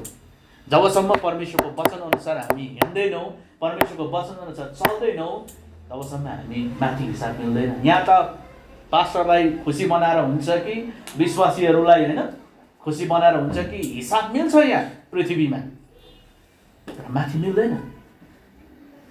माथि चाहिँ एउटै कुराले मिल्छ, जो परमेश्वरको वचनअनुसार हिँड्छ त्यसको मात्रै हिसाब मिल्छ। बाइबलले बताउनुहुन्छ मण्डली गाह्रो छ। हामी विश्वासीहरूको हिसाब बुझाउनुपर्छ। तपाईँ र मैले, तपाईँलाई यहाँनिर थाहा नि ब्याङ्कहरू हुन्छ, उयो हुन्छ, सरकारी कर्मचारी हुन्छ, सरकारी अडिटरहरू हुन्छ नि। सरकारी अडिटरले के गर्छ? अडिट गर्छ सरकारीले, होइन? के गर्छ? हरेक कुराको अडिट गर्छन्। अडिट गर्दा के गर्छ, हाम्रो सर हुनुहुन्थ्यो एउटा सर चाहिँ हामीलाई लेखा पढाउनुहुन्थ्यो कि लेखा पढाउनुहुन्थ्यो 9 र 10 मा। उहाँले पनि चिन्नुहुन्छ, विनोद त्रिताल चिन्नुहुन्छ? उहाँले हामी एउटै स्कुल पढेको। अनि विनोद त्रिताल भन्ने चाहिँ उहाँले चाहिँ 2-3 वटाको चाहिँ के गर्नुहुन्थ्यो भन्दा चाहिँ एउटा चाहिँ केबलको उर्लागढीमा भएको केबलको चाहिँ उहाँले सबै हेर्नुहुन्थ्यो। अनि एउटा चाहिँ गोर्खा डिपार्टमेन्ट स्टोरको के उहाँले चाहिँ के गर्नुहुन्थ्यो भने अडिट गर्नुहुन्थ्यो। अनि अडिट गर्ने मान्छेहरूलाई अडिट चाहिँ सरकारी कर्मचारीले गर्छ, तर उहाँले चाहिँ कसरी आएको पैसालाई चाहिँ लुकाउने, अडिटरले पनि नभेट्ने, सरकारी कर्मचारीले पनि नभेट्ने गरी उहाँले लुकाइदिनुहुन्थ्यो पैसा। तर म तपाईँलाई भन्न चाहन्छु, सरकारी कर्मचारीले के गर्छ, एक हिसाबहरू 1 रुपियाँ मिलेन भने के गर्छ, त्यसको हिसाब चाहिँ सरकारी अडिटरलाई बुझाउनुपर्छ। अनि त्यसको चाहिँ कति पर्सेन्ट चाहिँ राज्यलाई के गर्नुपर्छ, कर तिर्नुपर्छ, होइन? राज्यलाई कर तिर्नुपर्छ। अनि सरकारी अडिटरले के गर्छ भन्दाखेरि चाहिँ नि एक हिसाब निकाल्छ। हिसाब मिलेन भने के हुन्छ भन्दाखेरि त्यो चाहिँ त्यो कम्पनी अथवा त्यो संस्था सिज पनि हुनसक्छ। यदि उसले कर छलेको छ भने, कर छलेको भने त्यो सिधै सिज हुन्छ। कर छल्नु पाउँदैन सरकारलाई, होइन? किनभने सरकारी अडिटरले त्यस्तो कुरा जसले चाहिँ हिसाब निकाल्छ। यस पृथ्वीमा त हिसाब त तलमाथि गरेर यताउता गरेर घुसद्वारा मनाउन सकिन्छ, तर माथि मिल्दैन। किनभने माथि चाहिँ परमेश्वरले सबै कुराको लेखा लेख्नुहुन्छ। त्यहाँ चाहिँ नि परमेश्वरको सामुन्ने चाहिँ नि त्यहाँ चाहिँ एकदमै हामीले हिसाब बुझाउनुपर्छ। हाम्रो जीवनको हिसाब, हाम्रो जीवनको लेखा बुझाउनुपर्छ मण्डलीहरू। त्यस कारणले गर्दा आज तपाईँहरूमा कसरी जिउँदैछौँ, प्रभुले दिनुभएको अनुग्रहको समयलाई कसरी हामीले सदुपयोग गर्दैछौँ, कसरी तपाईँहरूमा ख्रीष्टको निम्ति जिउँदैछौँ र प्रभुले दिनुभएको वरदानहरूलाई कसरी प्रयोग गर्दैछौँ, प्रभुले दिनुभएको समयलाई कसरी प्रयोग गर्दैछौँ र तपाईँले प्रभुसँग कसरी सम्बन्ध गाँच्दै हुनुहुन्छ र प्रभुसँग कसरी तपाईँ हिँड्दै हुनुहुन्छ, त्यो कुराको हिसाब तपाईँहरूले बुझाउनुपर्छ। मण्डली आजको दिनमा हिसाब बुझाउन चाहिँ नि गाह्रो छ मण्डलीहरू। त्यस कारणले गर्दा नि कहिलेकाहीँ मण्डलीको अगुवाहरूले तपाईँ र मलाई कठोर शब्द बोल्नुहुन्छ। किन? थाहा छ नि हिसाब बुझाउनुपर्छ माथि। परमेश्वरले तपाईँ र मलाई ताडना दिनुहुन्छ धेरैचोटि। किन भन्दाखेरि चाहिँ आज हामी न्यायमा नपरौँ, होइन, इन्साफमा नपरौँ। परमेश्वरले चाहिँ न्याय मन पराउनुहुन्छ अनि हामीले चाहिँ न्याय बिगार्ने होइन, तर न्यायलाई कायम राख्ने मण्डलीहरू हौँ। परमेश्वरले भन्नुहुन्छ होइन कि परमप्रभुको न्याय चाहिँ विश्वासीहरूको घरबाट सुरु हुन्छ। पहिलो पत्र 4:17 लेखिएको छ, तपाईँले लेख्नुहोस्। पहिलो पत्र 4:17 न्याय चाहिँ परमेश्वरले विश्वासीहरूको घरबाट सुरु गर्नुहुन्छ। यदि मण्डलीलाई होइन परमेश्वरले एक्सक्युज गर्नुभयो, यदि मण्डलीलाई परमेश्वरले पाप गर्दा छोडिदिनु भयो भने शैतानले के गर्छ, अपोज गर्छ। प्रभु अन्याय, प्रभु विधर्मी ठहरिनुहुन्छ अनि प्रभुले त्यसो गर्नुहुन्न। मण्डली ल पढौँ त।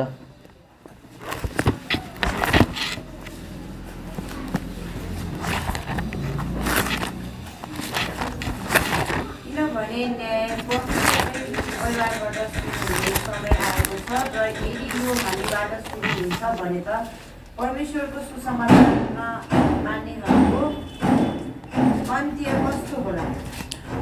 किनभने न्याय परमेश्वरकै परिवारबाट सुरु हुने समय आएको छ। यदि यो हामीबाट सुरु हुन्छ भने परमेश्वरको सुसमाचार नमान्नेहरूको अन्त्य कस्तो होला? परमेश्वरको वचनले तपाईँ र मलाई यहाँनिर बताउँदै हुन्छ है। उहाँको वचनले भन्नुहुन्छ न्याय परमेश्वरकै घरबाट सुरु हुनुहुन्छ। हामी चाहिँ उहाँको घरानाहरू हौँ। हालेलुया। परमेश्वरले आफ्नो घरानालाई ठिक पार्नुहुन्छ।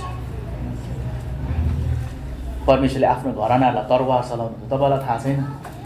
परमेश्वरको तरवार भेट्नुभएको छैन धेरैजनाले। परमेश्वरको तरवार भेट्नेहरू चाहिँ नि सितिमिति उठ्दैन मण्डलीहरू।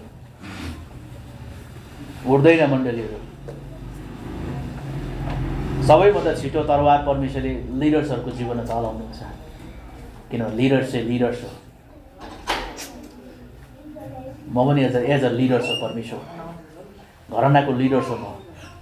यदि एउटा विश्वासी पापमा पतन भयो भने त्यति क्षति हुँदैन, तर एउटा लिडर चाहिँ व्यभिचारमा लड्यो भने होल मण्डली डिस्ट्रोय हुन्छ। परमेश्वर चाहिँ लिडर्सलाई छिटो परमेश्वरले तार्न आउँछ।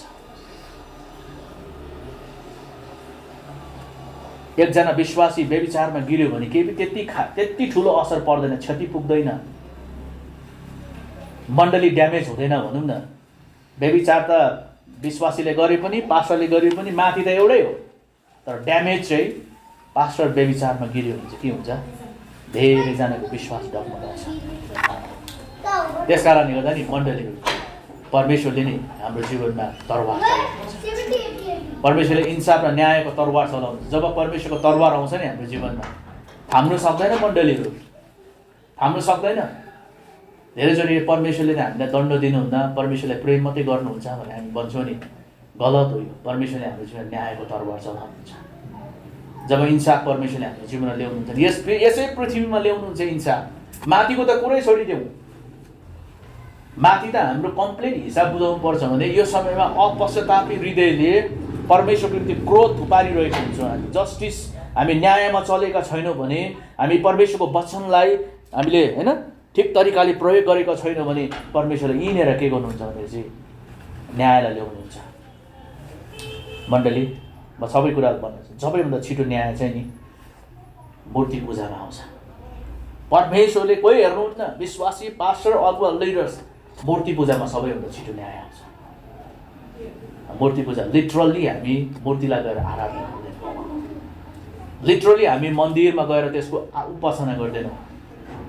हृदयको मूर्ति म धेरैचोटि म यसरी देख्छु, कोही मानिसहरू चाहिँ होइन, कोही मानिसहरू चाहिँ टिका लाउँदै गरेको देख्छु, सपनाको दर्शनको कुरा गर्दैछु।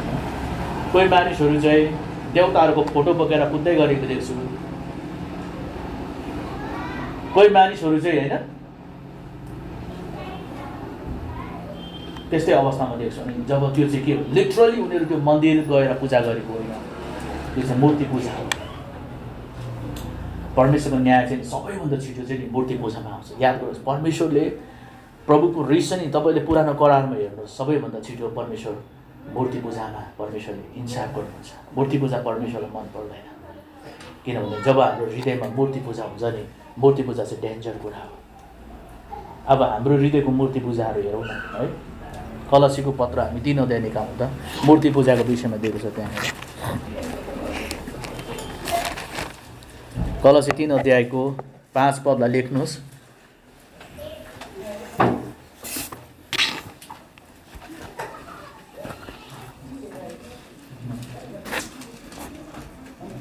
कलसी 3 अध्यायको 5 पद लेख्नुहोस् पहिले, र म तपाईँहरूको बिचमा पढ्नेछु ल। यहाँ यसरी लेखेको छ, यसकारण तिमीहरूमा जो संसारिक स्वभावको कुराहरू छन् तिनलाई मार। व्यभिचार, अशुद्धता, कामुकता, खराब इच्छा, लोभ जो मूर्ति पूजा हो। फेरि पढ्नुहोस्, यसकारण तिमीहरूमा जो सांसारिक स्वभावका कुराहरू छन् तिनलाई मार। व्यभिचार, अशुद्धता, कामुकता, खराब इच्छा, लोभ जो मूर्ति पूजा हो। लिटरली होइन, यो स्पिरिचुअली आत्मिक रूपमा चाहिँ मूर्ति पूजा हो। म तपाईँलाई यो कुराहरू बताउन चाहन्छु। परमेश्वरको वचनले भन्छ नि यो चाहिँ मूर्ति पूजा हो। अनि परमेश्वरले चाहिँ इन्साफ ल्याउनुहुन्छ। सबैभन्दा छिटो परमेश्वरले चाहिँ जब मूर्ति पूजामा मानिसहरू लाग्छन्, आत्मिक मूर्ति पूजामा परमेश्वरको जजमेन्ट, परमेश्वरको न्याय छिटोभन्दा छिटो तपाईँहरू मेरो जीवनमा आउँछ। अनि परमेश्वरको वचनले भन्छ होइन, मूर्ति पूजाहरू चाहिँ यिनीहरू हुनु अरे। व्यभिचार, बाइबलले के बताउँछ, परमेश्वरको वचनले हुन्छ व्यभिचार होइन, जसले चाहिँ कुनै पनि स्त्रीलाई अथवा पुरुषलाई मनले व्यभिचार गर्छ भने चाहिँ के हुन्छ अरे, अघि उसको मनमा व्यभिचार भइसकेको हुन्छ। परमेश्वरको वचनले तपाईँ र मलाई अलाउ गर्नुहुन्न, परमेश्वरको वचनले तपाईँ र मलाई अनुमति दिनुहुन्न। उहाँको वचनले हुन्छ व्यभिचार चाहिँ के हो भन्दाखेरि चाहिँ यो चाहिँ मूर्ति पूजा हो। भनौँ न, विवाहभन्दा अगाडिको होइन सम्बन्ध परमेश्वरले चाहनुहुन्न। विवाहभन्दा अगाडिको सम्बन्धलाई परमेश्वरले घृणा गर्नुहुन्छ। यस कारणले गर्दाखेरि म तपाईँलाई बताउन चाहन्छु, यो मूर्ति पूजा हो। आजको दिनमा तपाईँ र मैले संसारलाई हेरौँ होइन, संसारलाई हेरौँ, आजको संसारलाई हेरौँ, तपाईँ इजी लिन्छ, केही पनि लिँदैन। मानिसहरूले इजी लिइरहेका छन्, तर परमेश्वरले त्यसरी त्यो कुरालाई मन पराउनुहुन्न। व्यभिचार चाहिँ के हो भन्दाखेरि चाहिँ मूर्ति पूजा हो, डरलाग्दो मूर्ति पूजा हो। त्यस कारणले गर्दाखेरि आजको दिनमा म तपाईँलाई बताउन चाहन्छु परमेश्वरको न्याय सबैभन्दा छिटो आउँछ। अर्को कुरा चाहिँ बाइबलले बताउँछ अशुद्धता, होइन, सबै कुराको अशुद्धता। मान्छेको जीवन कतिखेर अशुद्ध हुन्छ? हामी विचारले अशुद्ध हुन्छौँ, बोलेर अशुद्ध हुन्छौँ, हाम्रो जीवनमा अशुद्ध कुराहरूले भरिएको हुन्छौँ, होइन। हामी धेरैचोटि अशुद्धतामा जिउँ। बाइबलले बताउँछ जे तिमी खान्छौ त्यो कुराले तिमी अशुद्ध हुँदैनौ, तर जे कुरा तिमी भित्रबाट बाहिर निस्किन्छ त्यो कुराले तिमी अशुद्ध हुन्छौ। डेन्जर कुरा यहाँनिर छ। धेरैचोटि हाम्रो जीवनमा के हुन्छ भन्नुहोस् त, हामी जे कुरा खान्छौँ त्यो कुराले अशुद्ध हुँदैन। यसको मतलब यस्तो पनि दिँदा हुने रहेछ भन्नु खोजेको होइन नि, फेरि होइन, यस्तो पनि दिँदा हुने रहेछ भनेको होइन नि। त्यो चाहिँ एउटा कन्टेन्टमा त्यहाँ प्रभुले बोल्नु भएको छ। चेलाहरू प्रभु येशूको साथसाथै हिँडिरहेका थिए, अनि चेलाहरूले हिँड्दाखेरि अन्नको बालाबाट भएर गइराख्नु भएको थियो। अनि त्यहाँनिर चाहिँ अन्नको बालामा के गर्नुभयो, चेलाहरूले चाहिँ भोक लागेकोलाई टिपेर खानु थाल्यो। अनि यहुदीहरूको परम्परा चाहिँ के थियो भने हात नधुइकन उनीहरूले खाँदैन थियो। अनि त्यहाँ अरू यहुदी धर्मगुरुहरू थियो, उनीहरूले भने तपाईँको चेलाहरू त हात नधुई खाँदैछ त, होइन, हाम्रो परम्परालाई उनीहरूले के गरेका छन्, तोडेका छन्। प्रभुले त्यो कन्टेन्टमा भन्नुभएको, जे कुरा तिमी बाहिरबाट खान्छौ नि त्यो कुरा तिमीलाई अशुद्ध गर्दैन, तर जे कुरा तिमी भित्रबाट बाहिर निस्किन्छ नि त्यो कुराले अशुद्ध हुन्छ। त्यस कारणले जति नै रिस उठ्दैन पनि तिमीले मुखबाट नबोल्नुहोस्। जब तपाईँ बोल्नुहुन्छ नि तपाईँ अशुद्ध बन्नु नि सुरु गर्नुहुन्छ। जब तपाईँ भित्र भएको कुरा बाहिर निस्किन्छ नि त्यो कुराले तपाईँलाई मलाई के गर्छ, अशुद्ध बनाउँछ। तपाईँलाई म भन्न चाहन्छु अशुद्ध कुरा परमेश्वरले के गर्नुहुन्न, स्वीकार गर्नुहुन्न।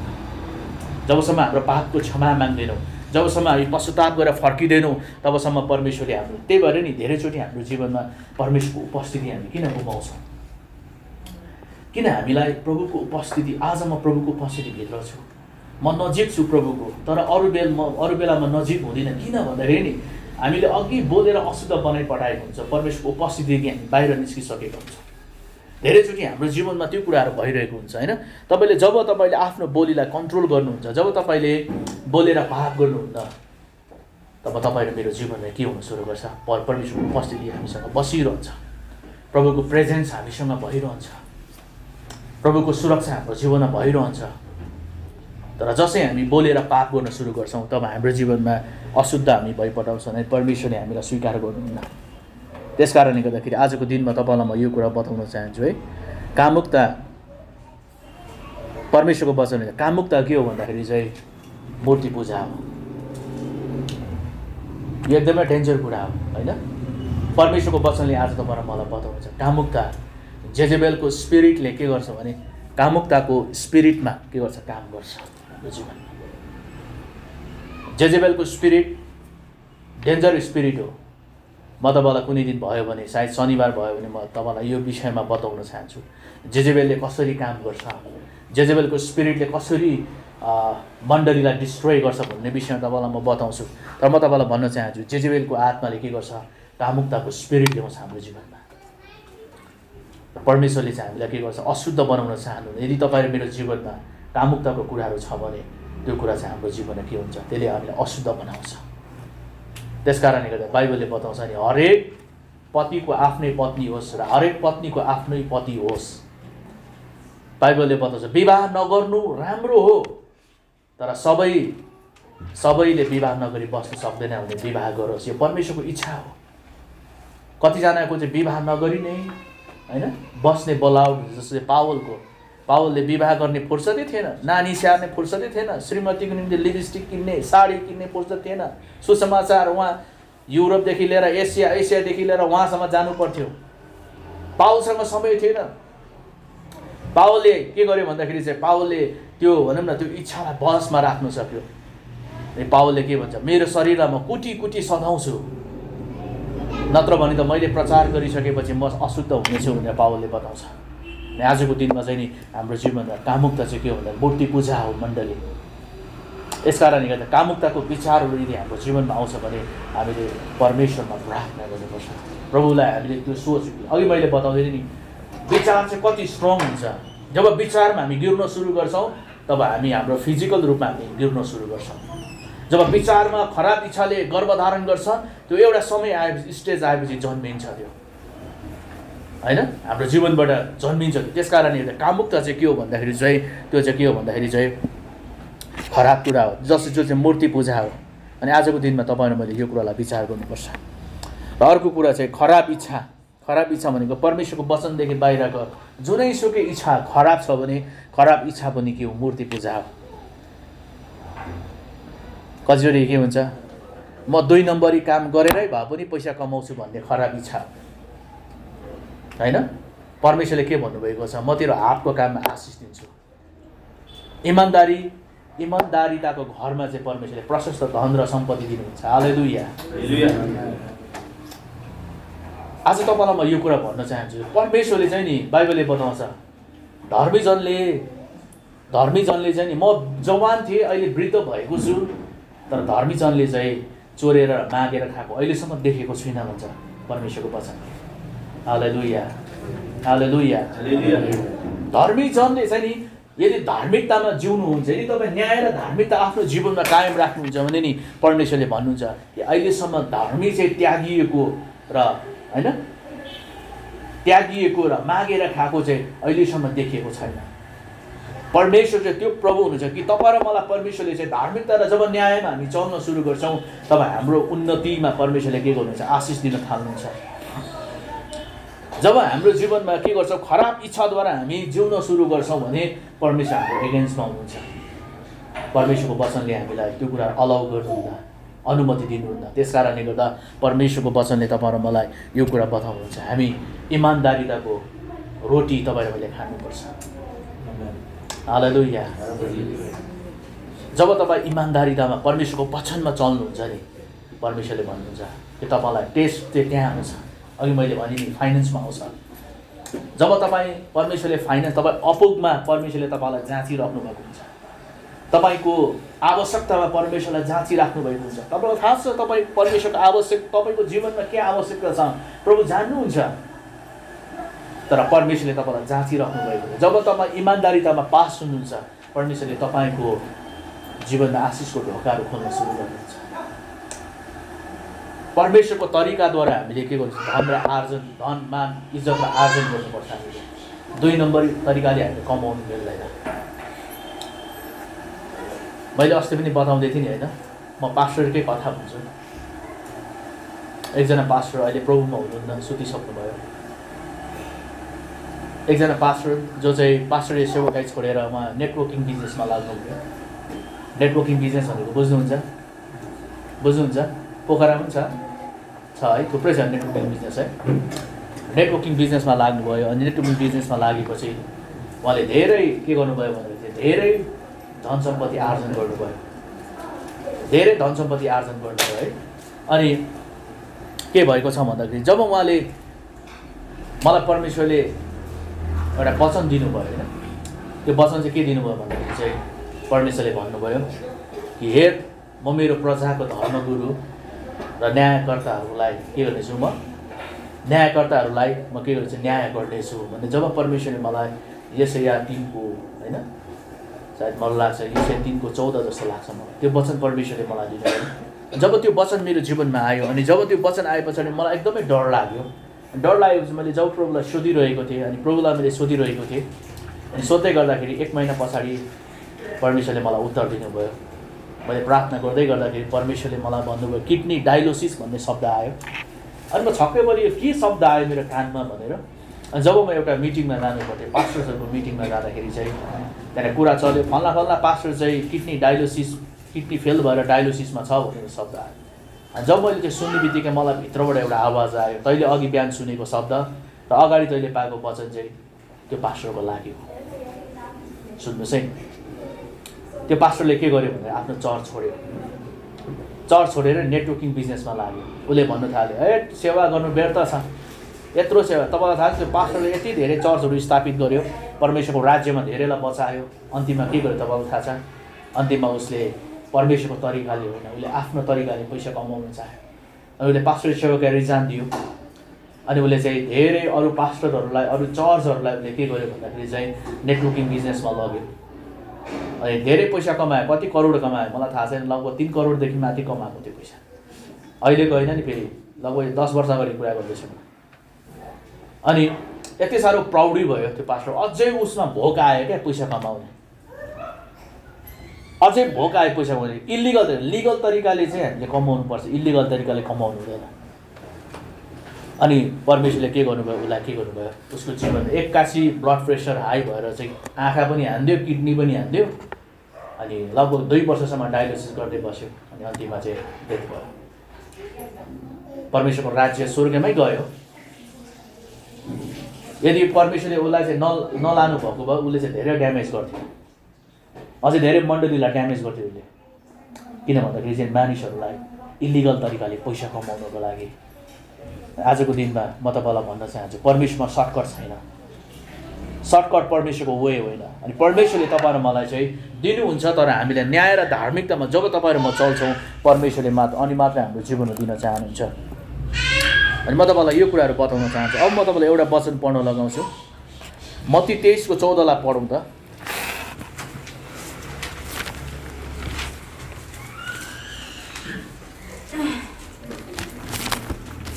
पहिले लेख्नुहोस्।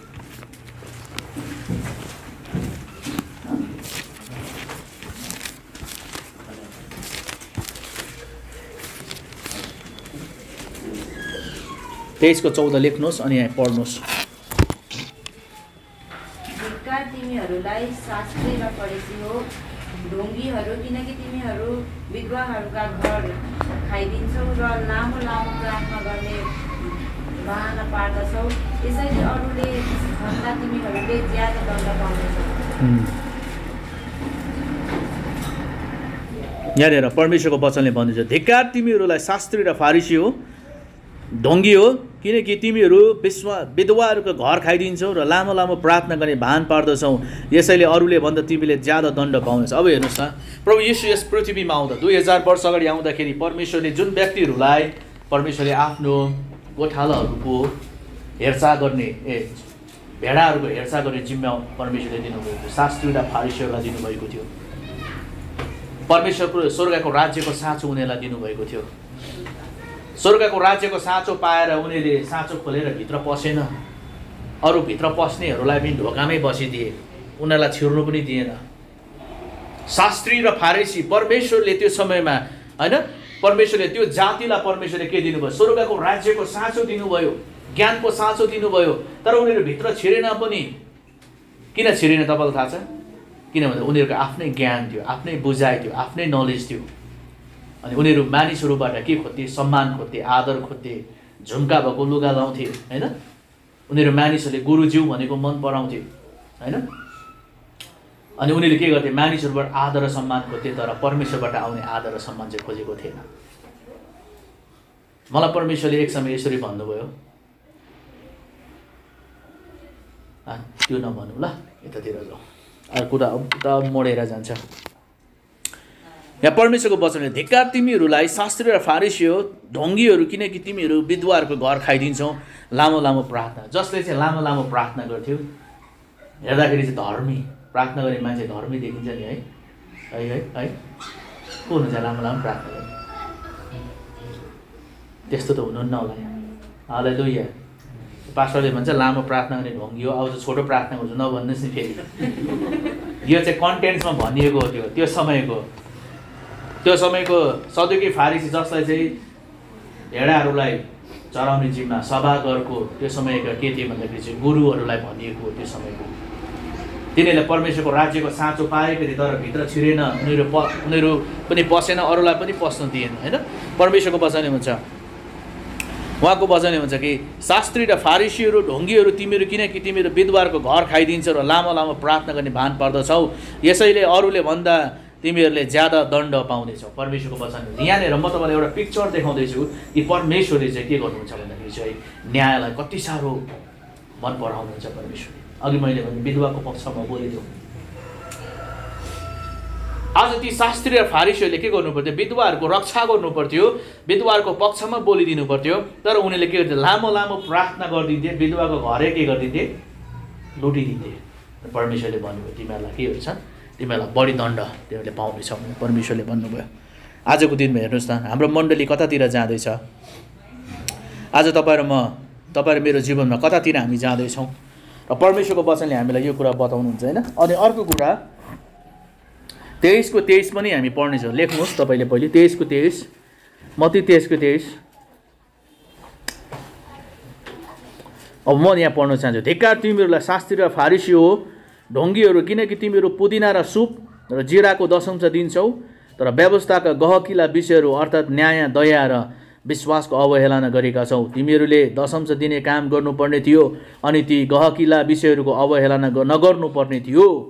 र परमेश्वरको वचनले भन्नुहुन्छ, लेखिसक्नुभयो?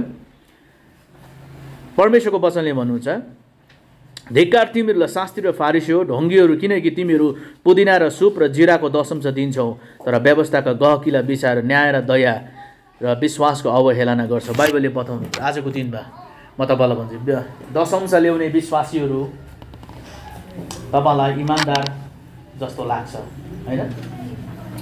मैले पछि आफ्नो दशंश के गरेको छु? छुट्याएर ल्याएको छु। र बाइबलले बताउँछ दशंश हप्तामा 2 चोटि ल्याउँथे सदुकी फारिसीहरूले होइन। जिरा सुप पुदिनाको दशंश ल्याउँथे उसले, इमान्दार थियो दशंशमा। तर बाइबलले बताउँछ व्यवस्थाका गहकिला कुराहरू, न्याय दयाका कुराहरूमा उनीहरूले व्यवस्था गरेका। अनाथ र विधवाहरूलाई त्यहाँनिर के भयो? अत्याचार भइरहेको थियो। उनीहरूले देखेर पनि नदेखेको जस्तो गरे, तर उनीहरूले चाहिँ दशंश र भेटी चाहिँ मण्डलीमा ल्याइरहे। उनीहरूले सोचे मैले उद्धार पाए भइगयो होइन। र अन्याय र अत्याचार भएको बेलामा बोलेन। परमेश्वरको वचनले तपाईँ र मलाई बताउनुहुन्छ कि आज परमेश्वरले भन्नुहुन्छ कि व्यवस्थाका गहकिला विषयहरू अर्थात् न्याय दया र विश्वासको के गर्नुपर्छ? अवहेलना गरेका छौँ। आज तपाईँ र मैले दशंश भेटेर ल्याइरहेको छौँ परमेश्वरको कुराहरू होइन। दशंश नियमित ल्याउने अगुवाको जहिले पनि प्यार हुन्छ होइन। मेरो अनुभव बताएको है, पास्टर जोनी र हाम्रो उहाँको अनुभव कस्तो छ मलाई थाहा छैन। हामीलाई इमान्दार जस्तो लाग्छ मलाई। र म तपाईँलाई भन्न चाहन्छु, दशंश र भेटी ल्याउने मात्र होइन, तर आज तपाईँ कतिको न्याय र धार्मिकतामा खडा हुनुहुन्छ? तपाईँ कति विधवाको पक्षमा, टुराटुरीको पक्षमा उभिनुहुन्छ र बोल्नुहुन्छ? त्यसले चाहिँ डिपेन्ड गर्छ तपाईँको दशंश परमेश्वरले स्वीकार गर्नुभयो कि भएन भन्ने। हालेलुया, हालेलुया। दशंश पनि हामीले दिनेछौँ, तर विधवा र न्यायको पक्षमा हामी बोल्नुपर्छ, उभिनुपर्छ र परमेश्वरको वचनको खडा हुनुपर्छ। र अर्को कुरा परमेश्वरको वचनले हामीलाई यो कुरा बताउनुहुन्छ। मत्ती 23:23 म 24 पढ्न चाहन्छु। अन्ध अगुवा हो, तिमीहरू भुसुना चाल्दछौ तर उठलाई चाहिँ निलिहाल्दछौ। सुन्नुहोस् परमेश्वरको वचनले के भन्छ, सुन्नुहोस्। भुसुना चाल्दछौ, उठलाई चाहिँ के गर्छौ अरे? हजुर,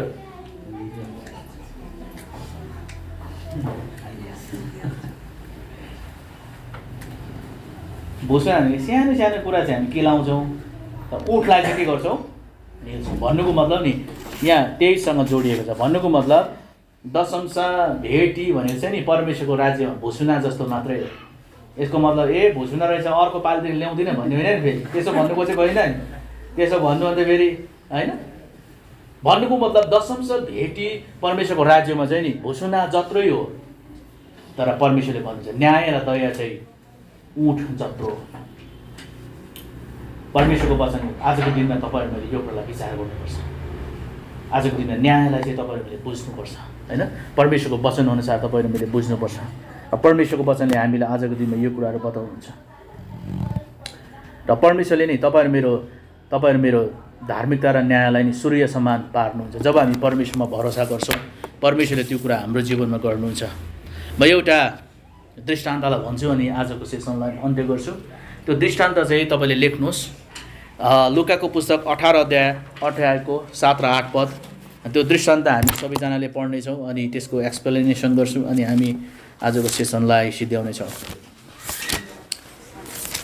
पढ्नुहोस् न, लुका 18 को 7 र 8। ल पहिले लेख्नु सबैजनाले। अनि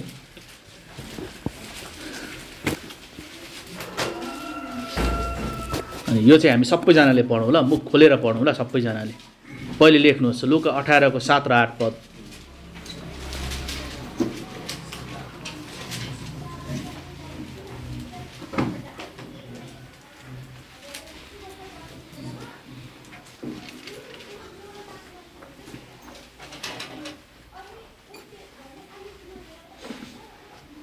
लेख्नुभयो लुका 18 को 7 र 8।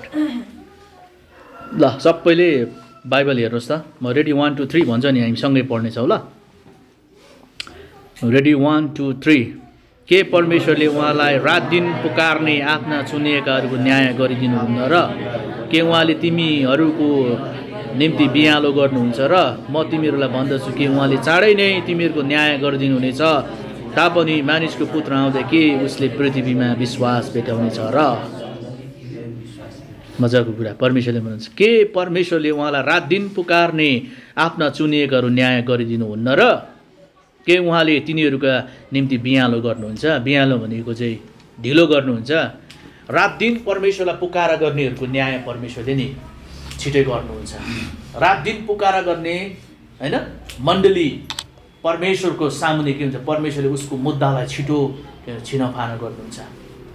न्याय परमप्रभुबाट आउँदछ, परमेश्वरबाट के हुन्छ? बाइबलले हामीलाई यो कुरा बताउँछ। यहाँनिर त्योभन्दा अगाडि 18 को 1 2 3 4 मा हेऱ्यो भने त्यहाँ एकजना के छ?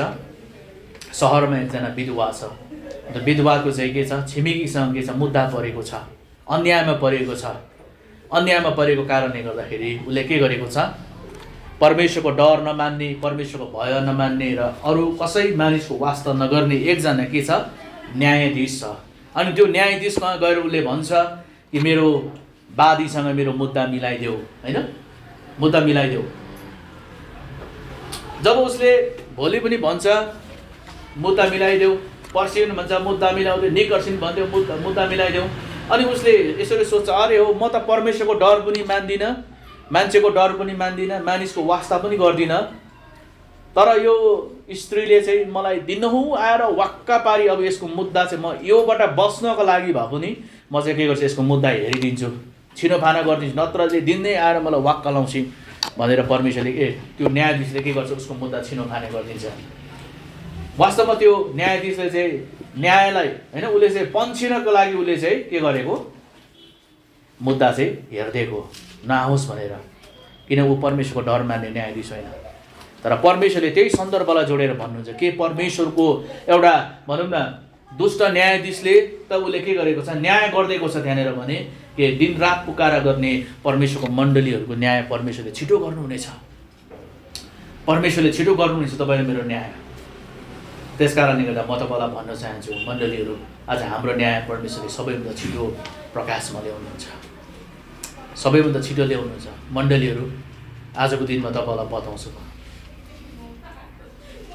जति इसाईहरूलाई सताउट हुन सुरु गर्छ, इसाईहरू त्यति बढ्न सुरु गर्छ। परमेश्वरको वचनले तपाईँहरू मलाई यही कुरा बताउँछ। किनभने परमेश्वर चाहिँ न्याय र जस्टिस मन पराउनुहुन्छ। परमेश्वर हालेलुया, हालेलुया। तपाईँको जीवनमा, तपाईँ र मेरो जीवनमा परमेश्वरले न्यायलाई मन पराउनुहुन्छ। जब तपाईँ अन्यायमा पर्नुहुन्छ, तपाईँले नि आवाज उठाउँदा पनि तपाईँको न्याय चाहिँ पुग्दैन, दबाउनुहुन्छ, तब परमेश्वरले न्याय चाहिँ नि माथि उठाउँछ, तरवार आउँछ। न्याय चाहिँ तरवार आउँछ जब तपाईँ मैले प्रार्थना गर्न सुरु गर्छौँ। मण्डली आजको दिनमा तपाईँलाई म बताउँ, जब इसाईहरूलाई मानिसहरूले सताउन सुरु गर्छ, खेदो गर्न सुरु गर्छ, याद गर्नु सबैभन्दा छिटो न्याय चाहिँ त्यतिखेर आउँछ। इसाईहरूलाई सताउने मानिसहरू फलिफाप हुँदैन यस पृथ्वीमा, तर पनि परमेश्वरले भन्नुभएको छ तिनीहरूलाई आशिषको लागि प्रार्थना गरिदेऊ, सताउनेको लागि प्रार्थना गरिदेऊ, घृणा गर्नेलाई प्रेम गर, होइन? परमेश्वरले भन्नुभएको छ हाम्रो काम चाहिँ उनीहरूको लागि प्रार्थना गरिदिने हो, किनभने परमेश्वरले जस्टिस हुनुहुन्छ। जब आफ्नो मानिसहरूलाई सताउन सुरु गर्छ, परमेश्वरको तरवार छिटो आउँछ। याद गर्नुहोस् मण्डली, परमेश्वरको न्याय छिटो आउँछ। त्यसमा न्याय आओस् भनेर हामीले प्रार्थना त गर्नु हुँदैन, किनभने परमेश्वर चाहिँ न्यायलाई ल्याउनुहुन्छ। तपाईँको जीवनमा कुनै मानिस अत्याचार गर्दैछ, तपाईँको जीवनमाथि, तपाईँको परिवारमाथि अत्याचार गर्दैछ भने परमप्रभुले त्यो घरमा तरवार पठाउनुहुन्छ छिटोभन्दा छिटो। परमेश्वरको न्यायको तरवार आउँदा त्यो मान्छे, त्यो परिवारले थाम्दैन। मण्डलीहरू, हेर्दा प्राकृतिक घटना भएर त्यो मान्छे लडेको जस्तो देखिन्छ, तर त्यहाँ हान्ने चाहिँ स्वर्गदूत हुन्छ। त्यस कारणले गर्दा मण्डली आजको दिनमा नि हामी होसियारी साथ प्रार्थना गर्नुपर्छ। परमेश्वर तपाईँको पक्षमा हुनुहुन्छ, यस कारणले गर्दाखेरि नि परमप्रभु तपाईँ मेरो पक्षमा हुनुहुन्छ। अनि आज चाहिँ नि परमेश्वरले न्यायलाई मन पराउँछ। त्यस कारणले गर्दा हामी कसैलाई पनि अन्याय र अत्याचार गर्नु हुँदैन।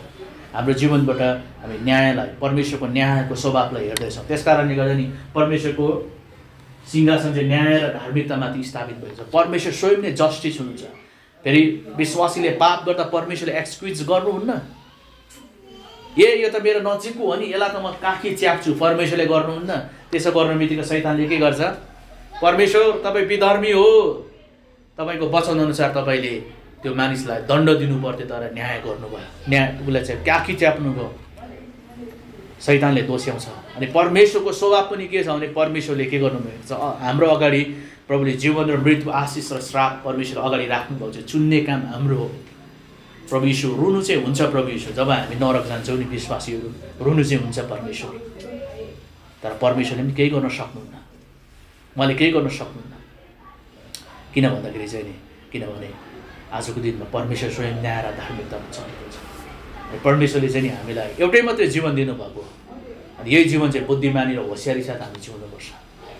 अनि प्रभुले भन्नुहुन्छ उहाँलाई पुकारा गर्नेहरू हो, उहाँलाई पुकारा गर्नेहरू, रात दिन पुकार्नेहरूको न्याय परमेश्वरले छिटो गर्नुहुन्छ। अनि आजको दिनमा तपाईँले पुकारा गर्नु सुरु गर्नुहोस्। परमेश्वर पुकार्न सुरु गर्नुहोस्। परमेश्वरले तपाईँको जीवनमाथि, हाम्रो जीवनमाथि परमेश्वरको अनुग्रह ल्याउन चाहनुहुन्छ। त्यस कारणले गर्दाखेरि तपाईँहरूमा होसियारी साथ परमेश्वरको निम्ति जिउनुपर्छ। आज मैले तपाईँलाई न्यायको विषयमा बताएँ, भोलि धार्मिकताको विषयमा तपाईँलाई बताउँछु, होइन? हामी सबैजना मिलेर उठेर एकचोटि छोटो प्रार्थना गरौँ न हामी सबैजना मिलेर।